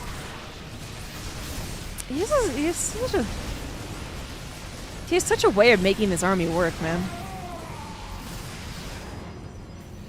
And this is really, it's such an odd time to attack. That Clem certainly wasn't anticipating it, even though he still ended up being okay with. Like, losing the tanks that easily is not okay, but his bio did not get the worst result possible. But then to continue, just to identify when he can stick around and reinforce is, I think, one of the things that's above and beyond other Protoss players. So many Protoss players would have played this game safely and moved away once they got the tank kill or something. And instead, MaxPax just was relentless. Noticing the Marauders weren't being healed up, noticing that the army was now being split in two with the Warp Prism positioning. I mean, I really don't. I want to equate that to when you open up a can of vegetables. You know, you ever open up a can? It's got that like little like the tab. That's what it's called, the tab. And like at first, it's kind of annoying to grab the tab because you kind of have to like dig your nail in under it, right? And it's kind of annoying. But then once you do it, it just pops right off. That was kind of that, which is like, I swear to God, MaxPax was not in a position that was like, I'm definitely winning. I'm just gonna A move. La la la la la la. I swear to God, he wasn't. But he got like that fingernail in underneath the tab at just the right moment and just pried that baby open. And that means there's another best of 3 in the way.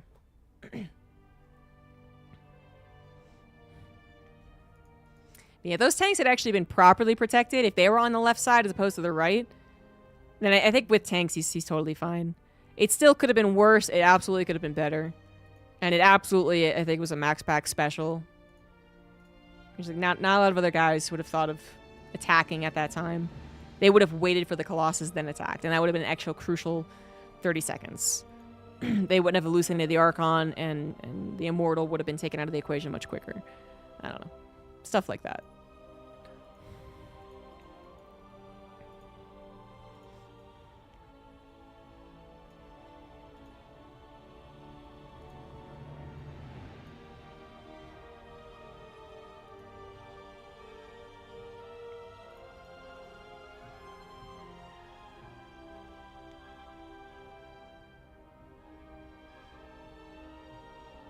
So I do believe we have another best of 3 on the way, but I guess they got to redo vetoes.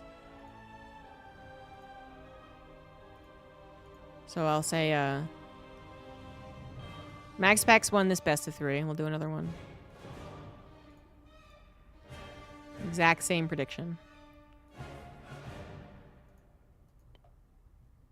Any Zerg matches? It's an open cup in StarCraft. Get out of here with your Zerg bias. I'm just kidding. Yeah, Zerg is not really well represented in these open cups. And that's actually why this open cup has a bounty. The highest placing Zerg gets $50. I think it's enticed at least 1 or 2 more Zerg, which is good. A laser wouldn't often play in these, so...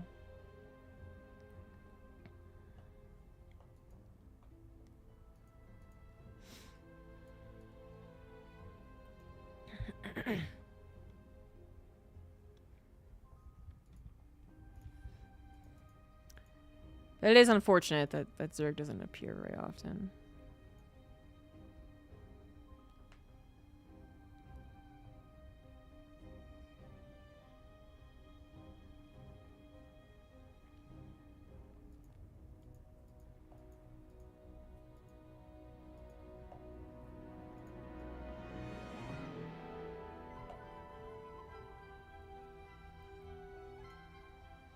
I hope the players remembered. That's what I'm worried about. I guess since they haven't logged off, they must be doing.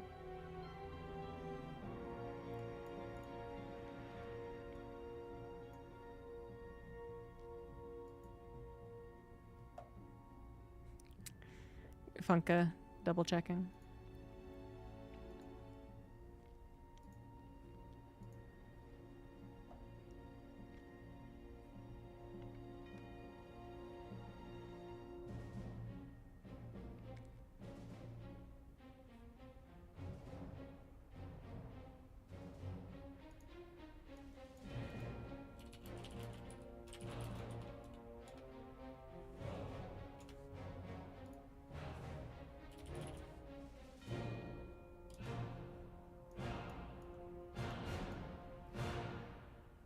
That $50 is courtesy of Roddy. Good guy, Roddy. I am gonna BRB. Things are taking forever.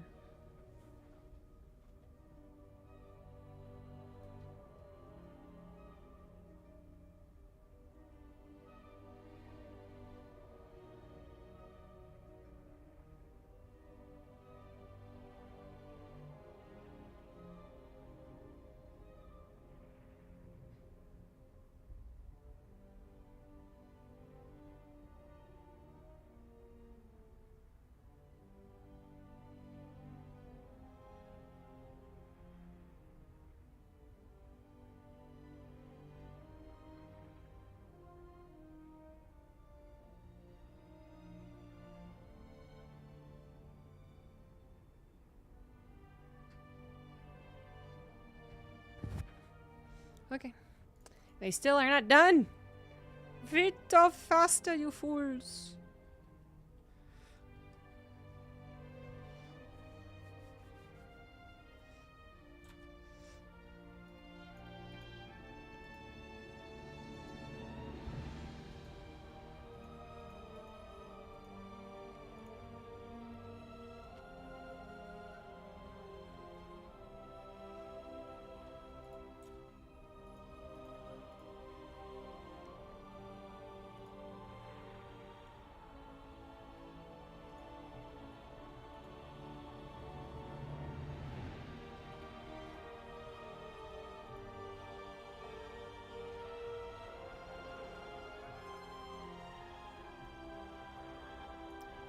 We are in the lobby, and we are ready to go.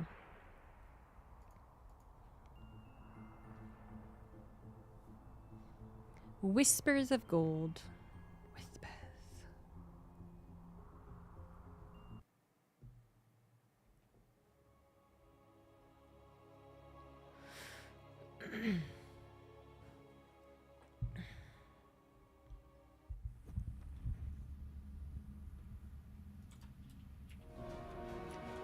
So it's our final best of 3 of the night officially.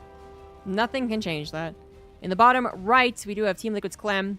And the top left, it is MaxPax.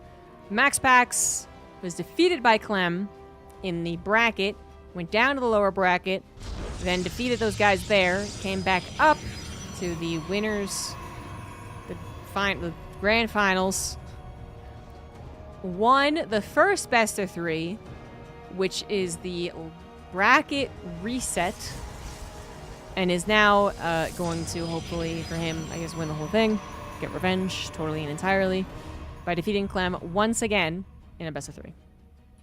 Whoever wins this is the actual winner of the tournament. And MaxPax is bringing out something that he hasn't really done in a while. Well, I shouldn't say that, but he doesn't do as frequently as he once was doing. He is proxying a gateway. He used to do this all the time. Used to be the thing he was only known for, long before he was probably the best Protoss in the whole world. Stopped when it became evident that was the only thing he was doing. Then he went through a period, I think, of trying different strategies, but then really settled on the 4-gate as his favorite. And he's not a player still that really has a lot of builds, I think. He's got, little tweaks and little, he can read into things and change things up a little bit. But as far as wildly different builds, going from a Cannon Rush to a Proxy 2-gate to a 4-gate to a Colossus all-in to a Proxy Temp, no. That's not MaxPax. MaxPax has 3 or 4 builds that he's really good at, and a couple of them are odd. They're different than what other Protoss would do. But it's, he still does it a lot. And this is one of them. Z MaxPax. Proxy Gate only means production in Proxy. Seems dangerous. Could be. But for him, seems to work out. The Reaper does immediately go scout that, and the command center will have to be canceled. So that's the good thing for MaxPax, is that he was facing someone who did go for a 1-Rax expand. Clem did not go for a factory expand, I want to say, at all in the last series, but he went nothing but factory expand in the first series, I believe. So this might be why MaxPax has changed things up, which makes a lot of sense. So the command center has to be canceled, it has to be rebuilt on the high ground. This is a much better result than what could have happened, though, if Clem had sent the Reaper across the map, not scattered around his base. He doesn't have a bunker here ready to go by the time the Stalker arrives. His command center still isn't done. It's still, 70% and still has to be canceled then, which is not just the loss of 100 minerals, but so much time invested into the command center. And because you don't have a bunker, your main could be broken. You could actually straight up lose the game in a really severe case. In this case, it's right in the middle. It's not the best scenario. It's not the worst scenario. And really, it's making the best out of one of the worst scenarios, which is having to cancel the command center. So, getting it nice and quick, starting to rebuild on the high ground, safety on the high ground, little scouting from the Reaper, couldn't actually kill any probes thanks to the shield battery, but hey, he had to commit to a shield battery to protect his probes. So, as far as getting any edges here, I don't think anyone really has Max Packs maybe a little happy with the opening, but I just don't think it's super detrimental with the way that Clem was able to respond swiftly to it. Speed was of the essence, and having his command center only 10% done, was it? I suppose a 70% is way different. Way different. This is still a relatively smooth feeling build. And this is also going to be taken care of before gateways warp-ins are available? Yes, it will. Yes, it will. Stalkers look around for some reason. Oh, because Max Pax was distracted by the Reaper. Might lose him a Cyclone as the Stalker, as the Cyclone is on the chase. Yes, it does. So making sure to nip this before Warp Gate was available, because if Warp Gate was available as the army showed itself, Max Pax probably warps in. 3 more Stalkers, 4 Stalkers in total with the Zealot could actually micro against this army. Even better, Clem doesn't get this at all, and Max Pax can choose to use it or not. But Clem does what he should, takes care of it, is properly protected in the natural. Blink is going to be done, and that would have been the next power spike for Max Pax. Now it's less of a power spike. It's a little more awkward without that proxy warp gate, without the distraction and kerfuffle that the proxy gate should be causing from the very beginning to even now. And there's worse games. There's really ugly games where the Terran player does not handle the proxy gate very well and is just tripping over themselves every single minute.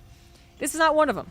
So Max Pax ideally wanted this 1-2-3 punch, proxy gate usage to kind of be a bother, then into the Blink Stalker with the proxy gate, and you got something that's really quite difficult to deal with. But this is not too bad. This is normal. This is completely fine. Clem has 4 Stalkers to worry about. That ain't nothing. And he knows it too. If he was really scared of a true committal to a Blink Stalker attack, he wouldn't have stopped making tanks.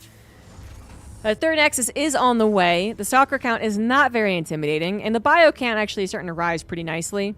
Looks like Clem is wary of a Dark Shrine follower? Possibly? I like putting the Blizzard in the natural just in case it catches the Observer, but this far back in the natural really does feel like for DTs. And to be fair, he really doesn't know what's going on. He figured he's not going to be killed by any Blink Stalker attack with a Warp Prism potentially. If it was made, it would have been so late. But there's other things he's got to be worried of. Medevac drop off to the right side. Going to be a distraction and possible scouting. Max Pax did not see that at all with the Observer being as far out as it is. And Clem could actually do a push here. Double pronged attack. Not going to be a situation. Yeah. This is going to draw the Stalkers back from the front, though. Something that Max Pax is going to know. Even without that Stalker, he's going to know he's just opened up the opportunity for the attack to commence. Should Clem decide to do that? Clem's pulled back in some other games. This time around, though, definitely running and gunning. He's got a stim on the bio. His tank's going to be able to siege up, and he still has the medevac for distraction. Jumps right on top of those sentries. They're taken out. Shield battery not going to be as helpful as it would like. The tank is deleted thanks to those backline Stalkers, but what else does Max Pax have? He is, I was going to say mostly Stalker-based, which is really not any units. 8 Stalkers, 5 Zealots, a single sentry. Clem, not with all the medevac energy, I guess, is maybe hesitant to try and end the game. But I think he might be able to. That shield battery is out of juice. Force fields and a Guardian Shield will still be effective, though. Yeah. And you know another warp in's coming in soon. Not exactly sure when, but you know it's soon. So another 8 Zealots also would have complicated things. Yeah, okay. Not able to push the issue there.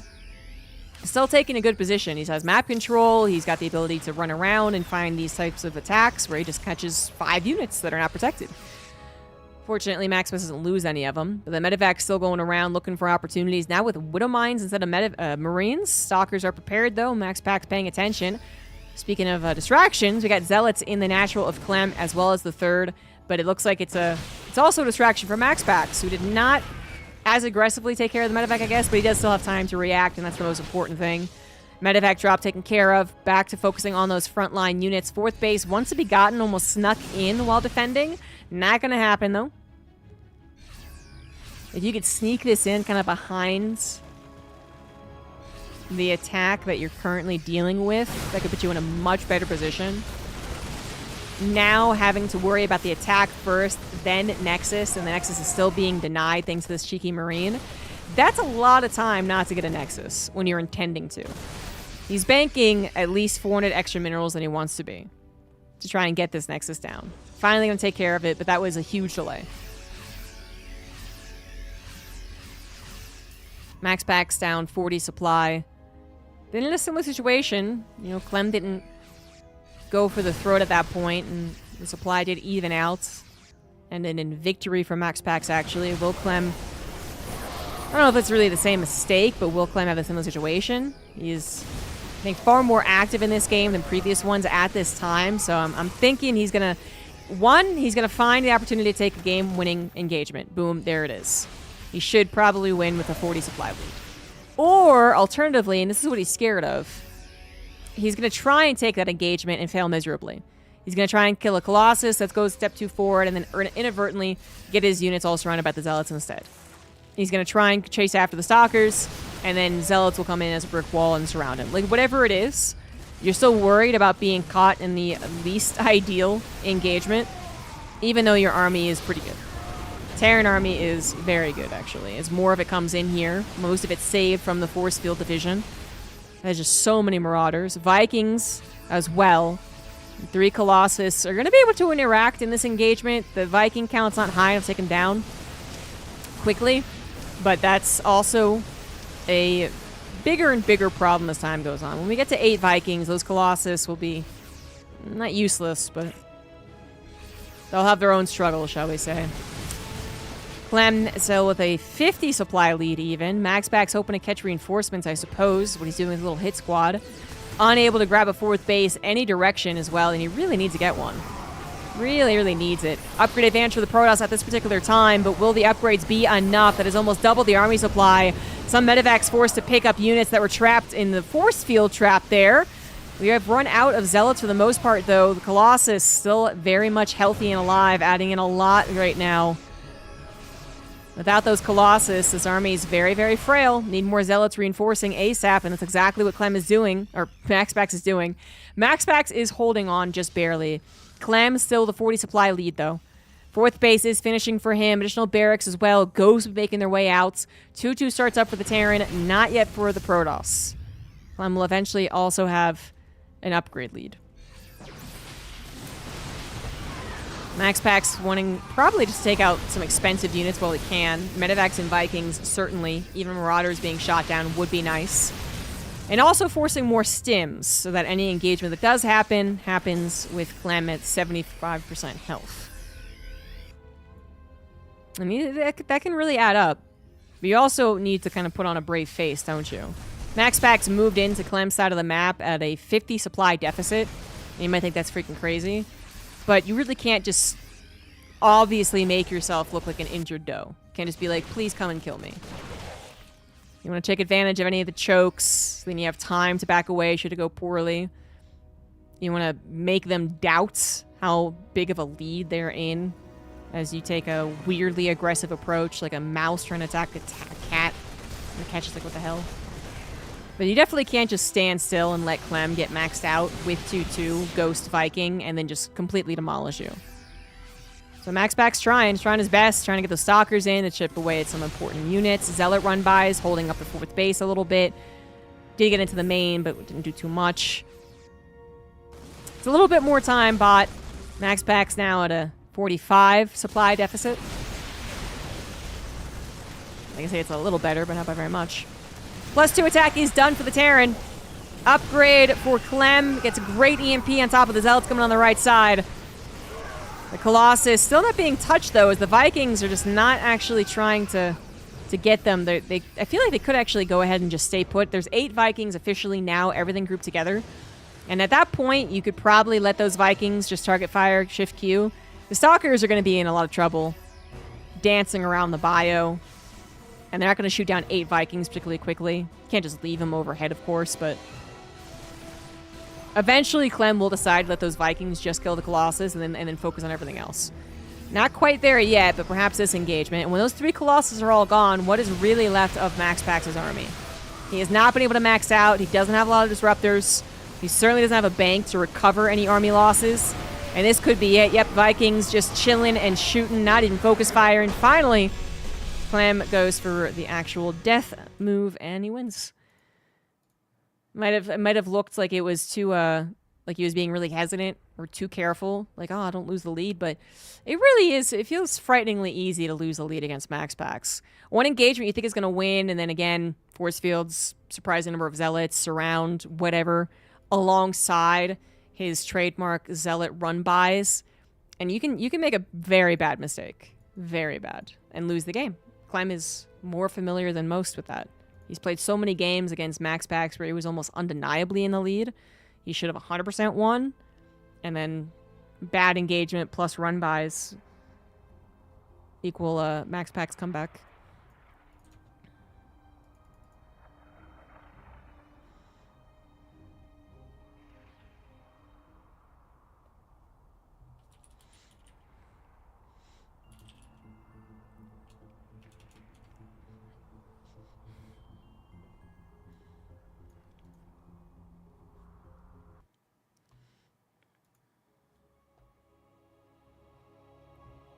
Look at that wise old man. That's a wise kitty right there. Oh. Ah! Clem noticed that Steadfast wasn't in the lobby.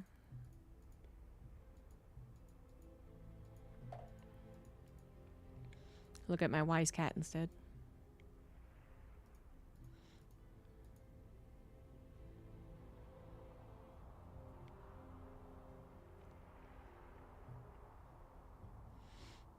So wise. So comfortable. He's done being wise.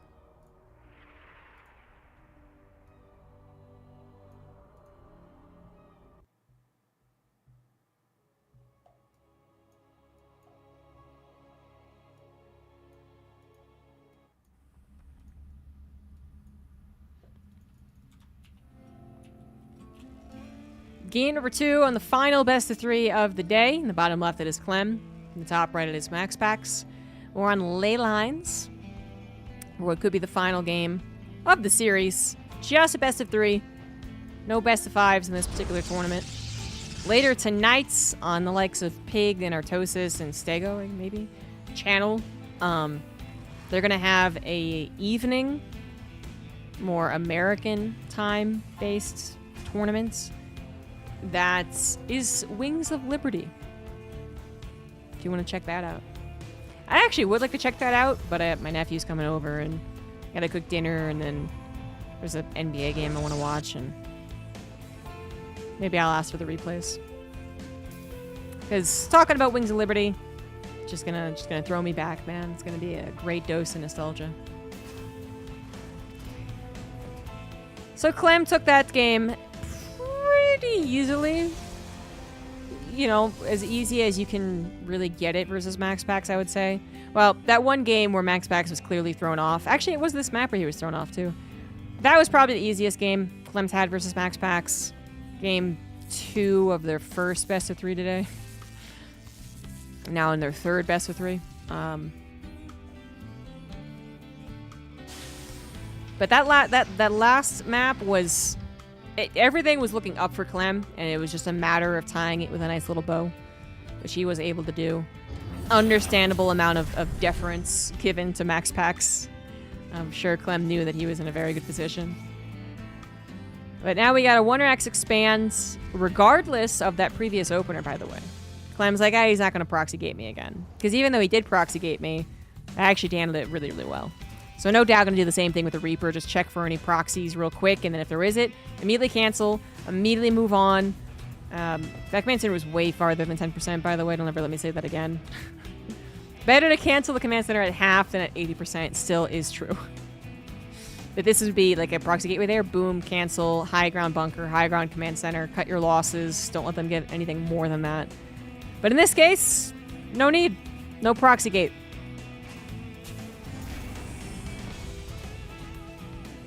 I wonder if they're going to get Wings of Liberty with its last possible patch? Because that would make more sense. And if that's the case, then is Broodlord Infestor broken? And if that's the case, would Zerg win all those tournaments? Or maybe it's like the first patch of Wings of Liberty, which shouldn't even have Andean Pulse Crystals. In which case Zerg would win all that as well.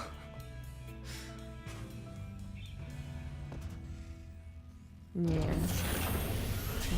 I didn't end up having the argument with my YouTube comment, but there was a guy who was saying like, oh, life saved Zerg. Like Zerg was in a good space before life appeared and saved them and showed them the way.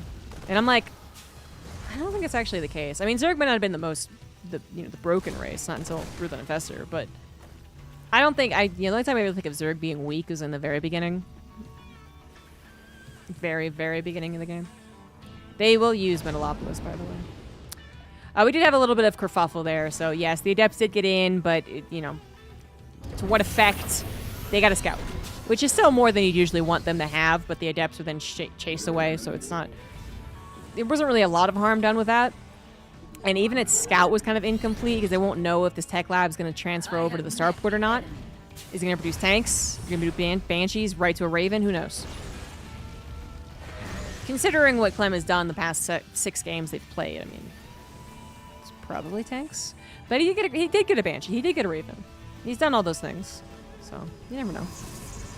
Hallian wants to get a better scout on what MaxPax is doing. It's going to see that a third Nexus is intended and actually shown. I mean, technically MaxPax could have waited a little bit to try and fake out the, be like, oh, this was a fake out. You're not even sure. You don't even know. But it did not. It rather got the Nexus ASAP for the Hallian to block it. Which means it's not a 4-gate. Most likely it is 3 gateways, and it absolutely is. Again, the timing of the third Nexus as well. Which means that there could be a split of the difference. It's not super aggressive, but it's also not the most economical that you can be. There could be a Warp Prism. There could be more Stalkers warped in, and that's exactly what it is. Clem is more than familiar with the situation. MaxPax did not do this the last game, or the last game because he proxy gated. And the game before that, I think he also didn't do it. But this is absolutely something he will do. He will use a 3-gate as a 4-gate while getting a base. He will commit 100% to gateway production. And that's still going to give you a lot of firepower. If the Terran messes up the defense, you could still find victory with this. This might not be it, though. Although we did have the... Oh, Jesus. Couple things happened there. Couple things. Clem. His APM's too fast. Not only did his tank not fire at the army that it could have, the rest of the army didn't fire at the army it could have. All of the army of Clem attacked the starport and the factory. One after the other. Wasting so many shots. I think the tank was a goner no matter what, because MaxPax seemed pretty determined to kill it despite their repair. But it probably should have killed 2 or 3 more Stalkers in return, actually. Say Libby. We don't have a Raven nearby because it is going for harassments, so that's why the scan had to be used, but the Observer is now out. And this is, again, not a 4-gate, so the chances of it snowballing is pretty low. It absolutely could happen, and that was better than it was supposed to be, because that really should have been, I think, a catastrophe for MaxPax. He jumped in when the SCV repair could come down, when the second tank was popping out, but thank goodness for Clem's misclicks. It's definitely not going to snowball.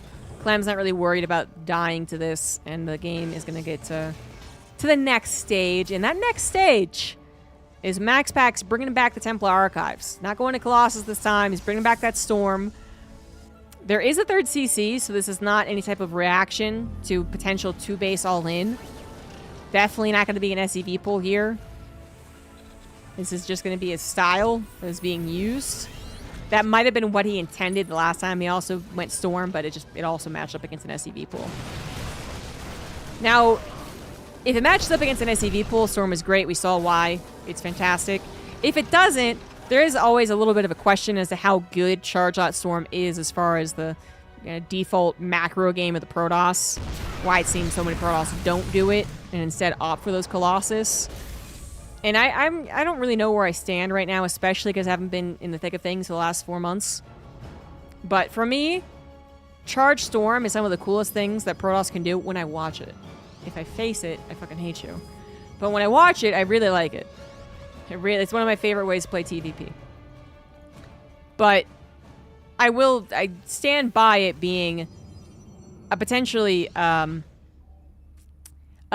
skill ceiling that can't match the skill ceiling of Terran, I guess is the best way to put it. Where maybe that's the Protoss's whole problem. But when it comes to the Templar Archives play style, it feels like if the Terran's really, really, really good, then I feel like the Terran has the advantage. You know what I mean? Like, otherwise it would be equal between these two because they're both very equally matched lately. But with Storm, like, Clem should be able to deal with it if his micro and his knowledge of it, which is also very important, is as good as it should be. And then it's kind of it's forcing the issue on the side of the Protoss. It's really forcing it. And that's exactly what MaxPax is going to do. He's going to force it. Eat these Zealots. Eat the Storms. Eat the Storms! The Zealots on the bottom side distracted by a bunker, which it was pretty much perfect, by the way, alongside an SCV. Hold position on the tank. Way to go. And this is, well, couldn't have asked for a better depiction of what I was trying to talk about, actually. This is just not going to work anymore. There's way too much bio left over. It's injured, but there's not enough Protoss army to kill the injured units. So it's one and done. And yeah, that could not have been more perfect. That was, if he has the knowledge and he has the micro, the Terran is going to deflect this. And it feels like the Protoss only can do so much to make it work. The Terran can do a lot of things to not make it work. SimCity, proper army control, tanks position, hold position around something against the Zealots, whatever he did there. And then for the Protoss, it's like, well, shit. Okay, what do I do now? And that was one of the best holds I think I've seen. The bunker distracting the Zealots into the hold position on the tank. The Storm's not quite getting the heart of the matter. I mean, that's some real revenge for the earlier game they were playing where Clem did die to the Storms. That was some good revenge. And now, so, you know, maybe you don't phase out of Charge Lot Storm. Maybe you just continue working with it and hope to find good Zealot engagements, hope to find good Storms. But we know that Ghosts are going to be on the way, first of all. And they are on the way. They're about to pop out, using the tanks instead to deflect those High Templars. Great. Awesome job. But then also, you know, the Ghosts are really a great stopping point for High Templars. You can try and avoid them or counter micro them or what have you, but it's pretty freaking difficult. But this in general, relying on Hail Mary Storms as the rest of your army just kind of deflates in the face of further upgraded bio. Seriously, not something you can stay on. You got to go into those Colossus, you got to go into the Disruptors, you got to go into what we see from most TVPs. MaxPax is not going to stop being annoying, that's for sure. Zealots continuing to do run-bys and get dropped out by War Prisms. This is the second time the main and natural have been under attack. Once again, Clem pretty much on top of the defense in both sectors, though. And he can accept a Storm or two without dying painfully. Anything more, and it's a little sketch. But what's really going to make it good for Protoss is when the Protoss player has Colossus, upgraded units, maybe a couple of Disruptors, and no Storms. You know, and one Storm gets through, injures the army, soaks up the energy, then the rest of the army could actually kill all this shit. Which is almost what happened here, except the Storms were still too spread out. 3 of them on top of the army, but on the army in a kind of perfect concave, hitting 6 units max, and not enough of the fodder, if you will, to actually take care of all of these injured units. There's not enough. Clem, by the way, behind defending on all attacks, has also gotten a 4th base and a 5th base. He might be actually getting a 5th base. He's going to be really on guard against those sprinkled High Templars, and sprinkled High Templars are great when they get that Storm, but they're terrible if they're just found out, EMP'd, and killed, and then it's a total waste of gas. MaxPax struggling to get past this transition period. When on the offense, when again a lot of other Protoss players would not have, but to, you know, a certain effect. It's not just he's doing all willy-nilly. Trying to puff himself up a little bit, trying to catch this army when it's injured and can be stormed before Clem is paying attention. Trying to keep Clem back at home as long as possible to build up the economy. This is what MaxPax needed to do, but nothing on the attack worked out just well enough. Clem still feeling very, very powerful, despite all the storms that have been thrown down on him. So many injured units. He still feels like he's got this in the bag. 4 bases going up to 5. Upgrades on the way. Tanks still here to help out against the High Templars alongside the EMPs. The only thing the Terran is missing is medevac energy. And I would love to see a fast Caduceus reactor against this, but I'll let the pro decide.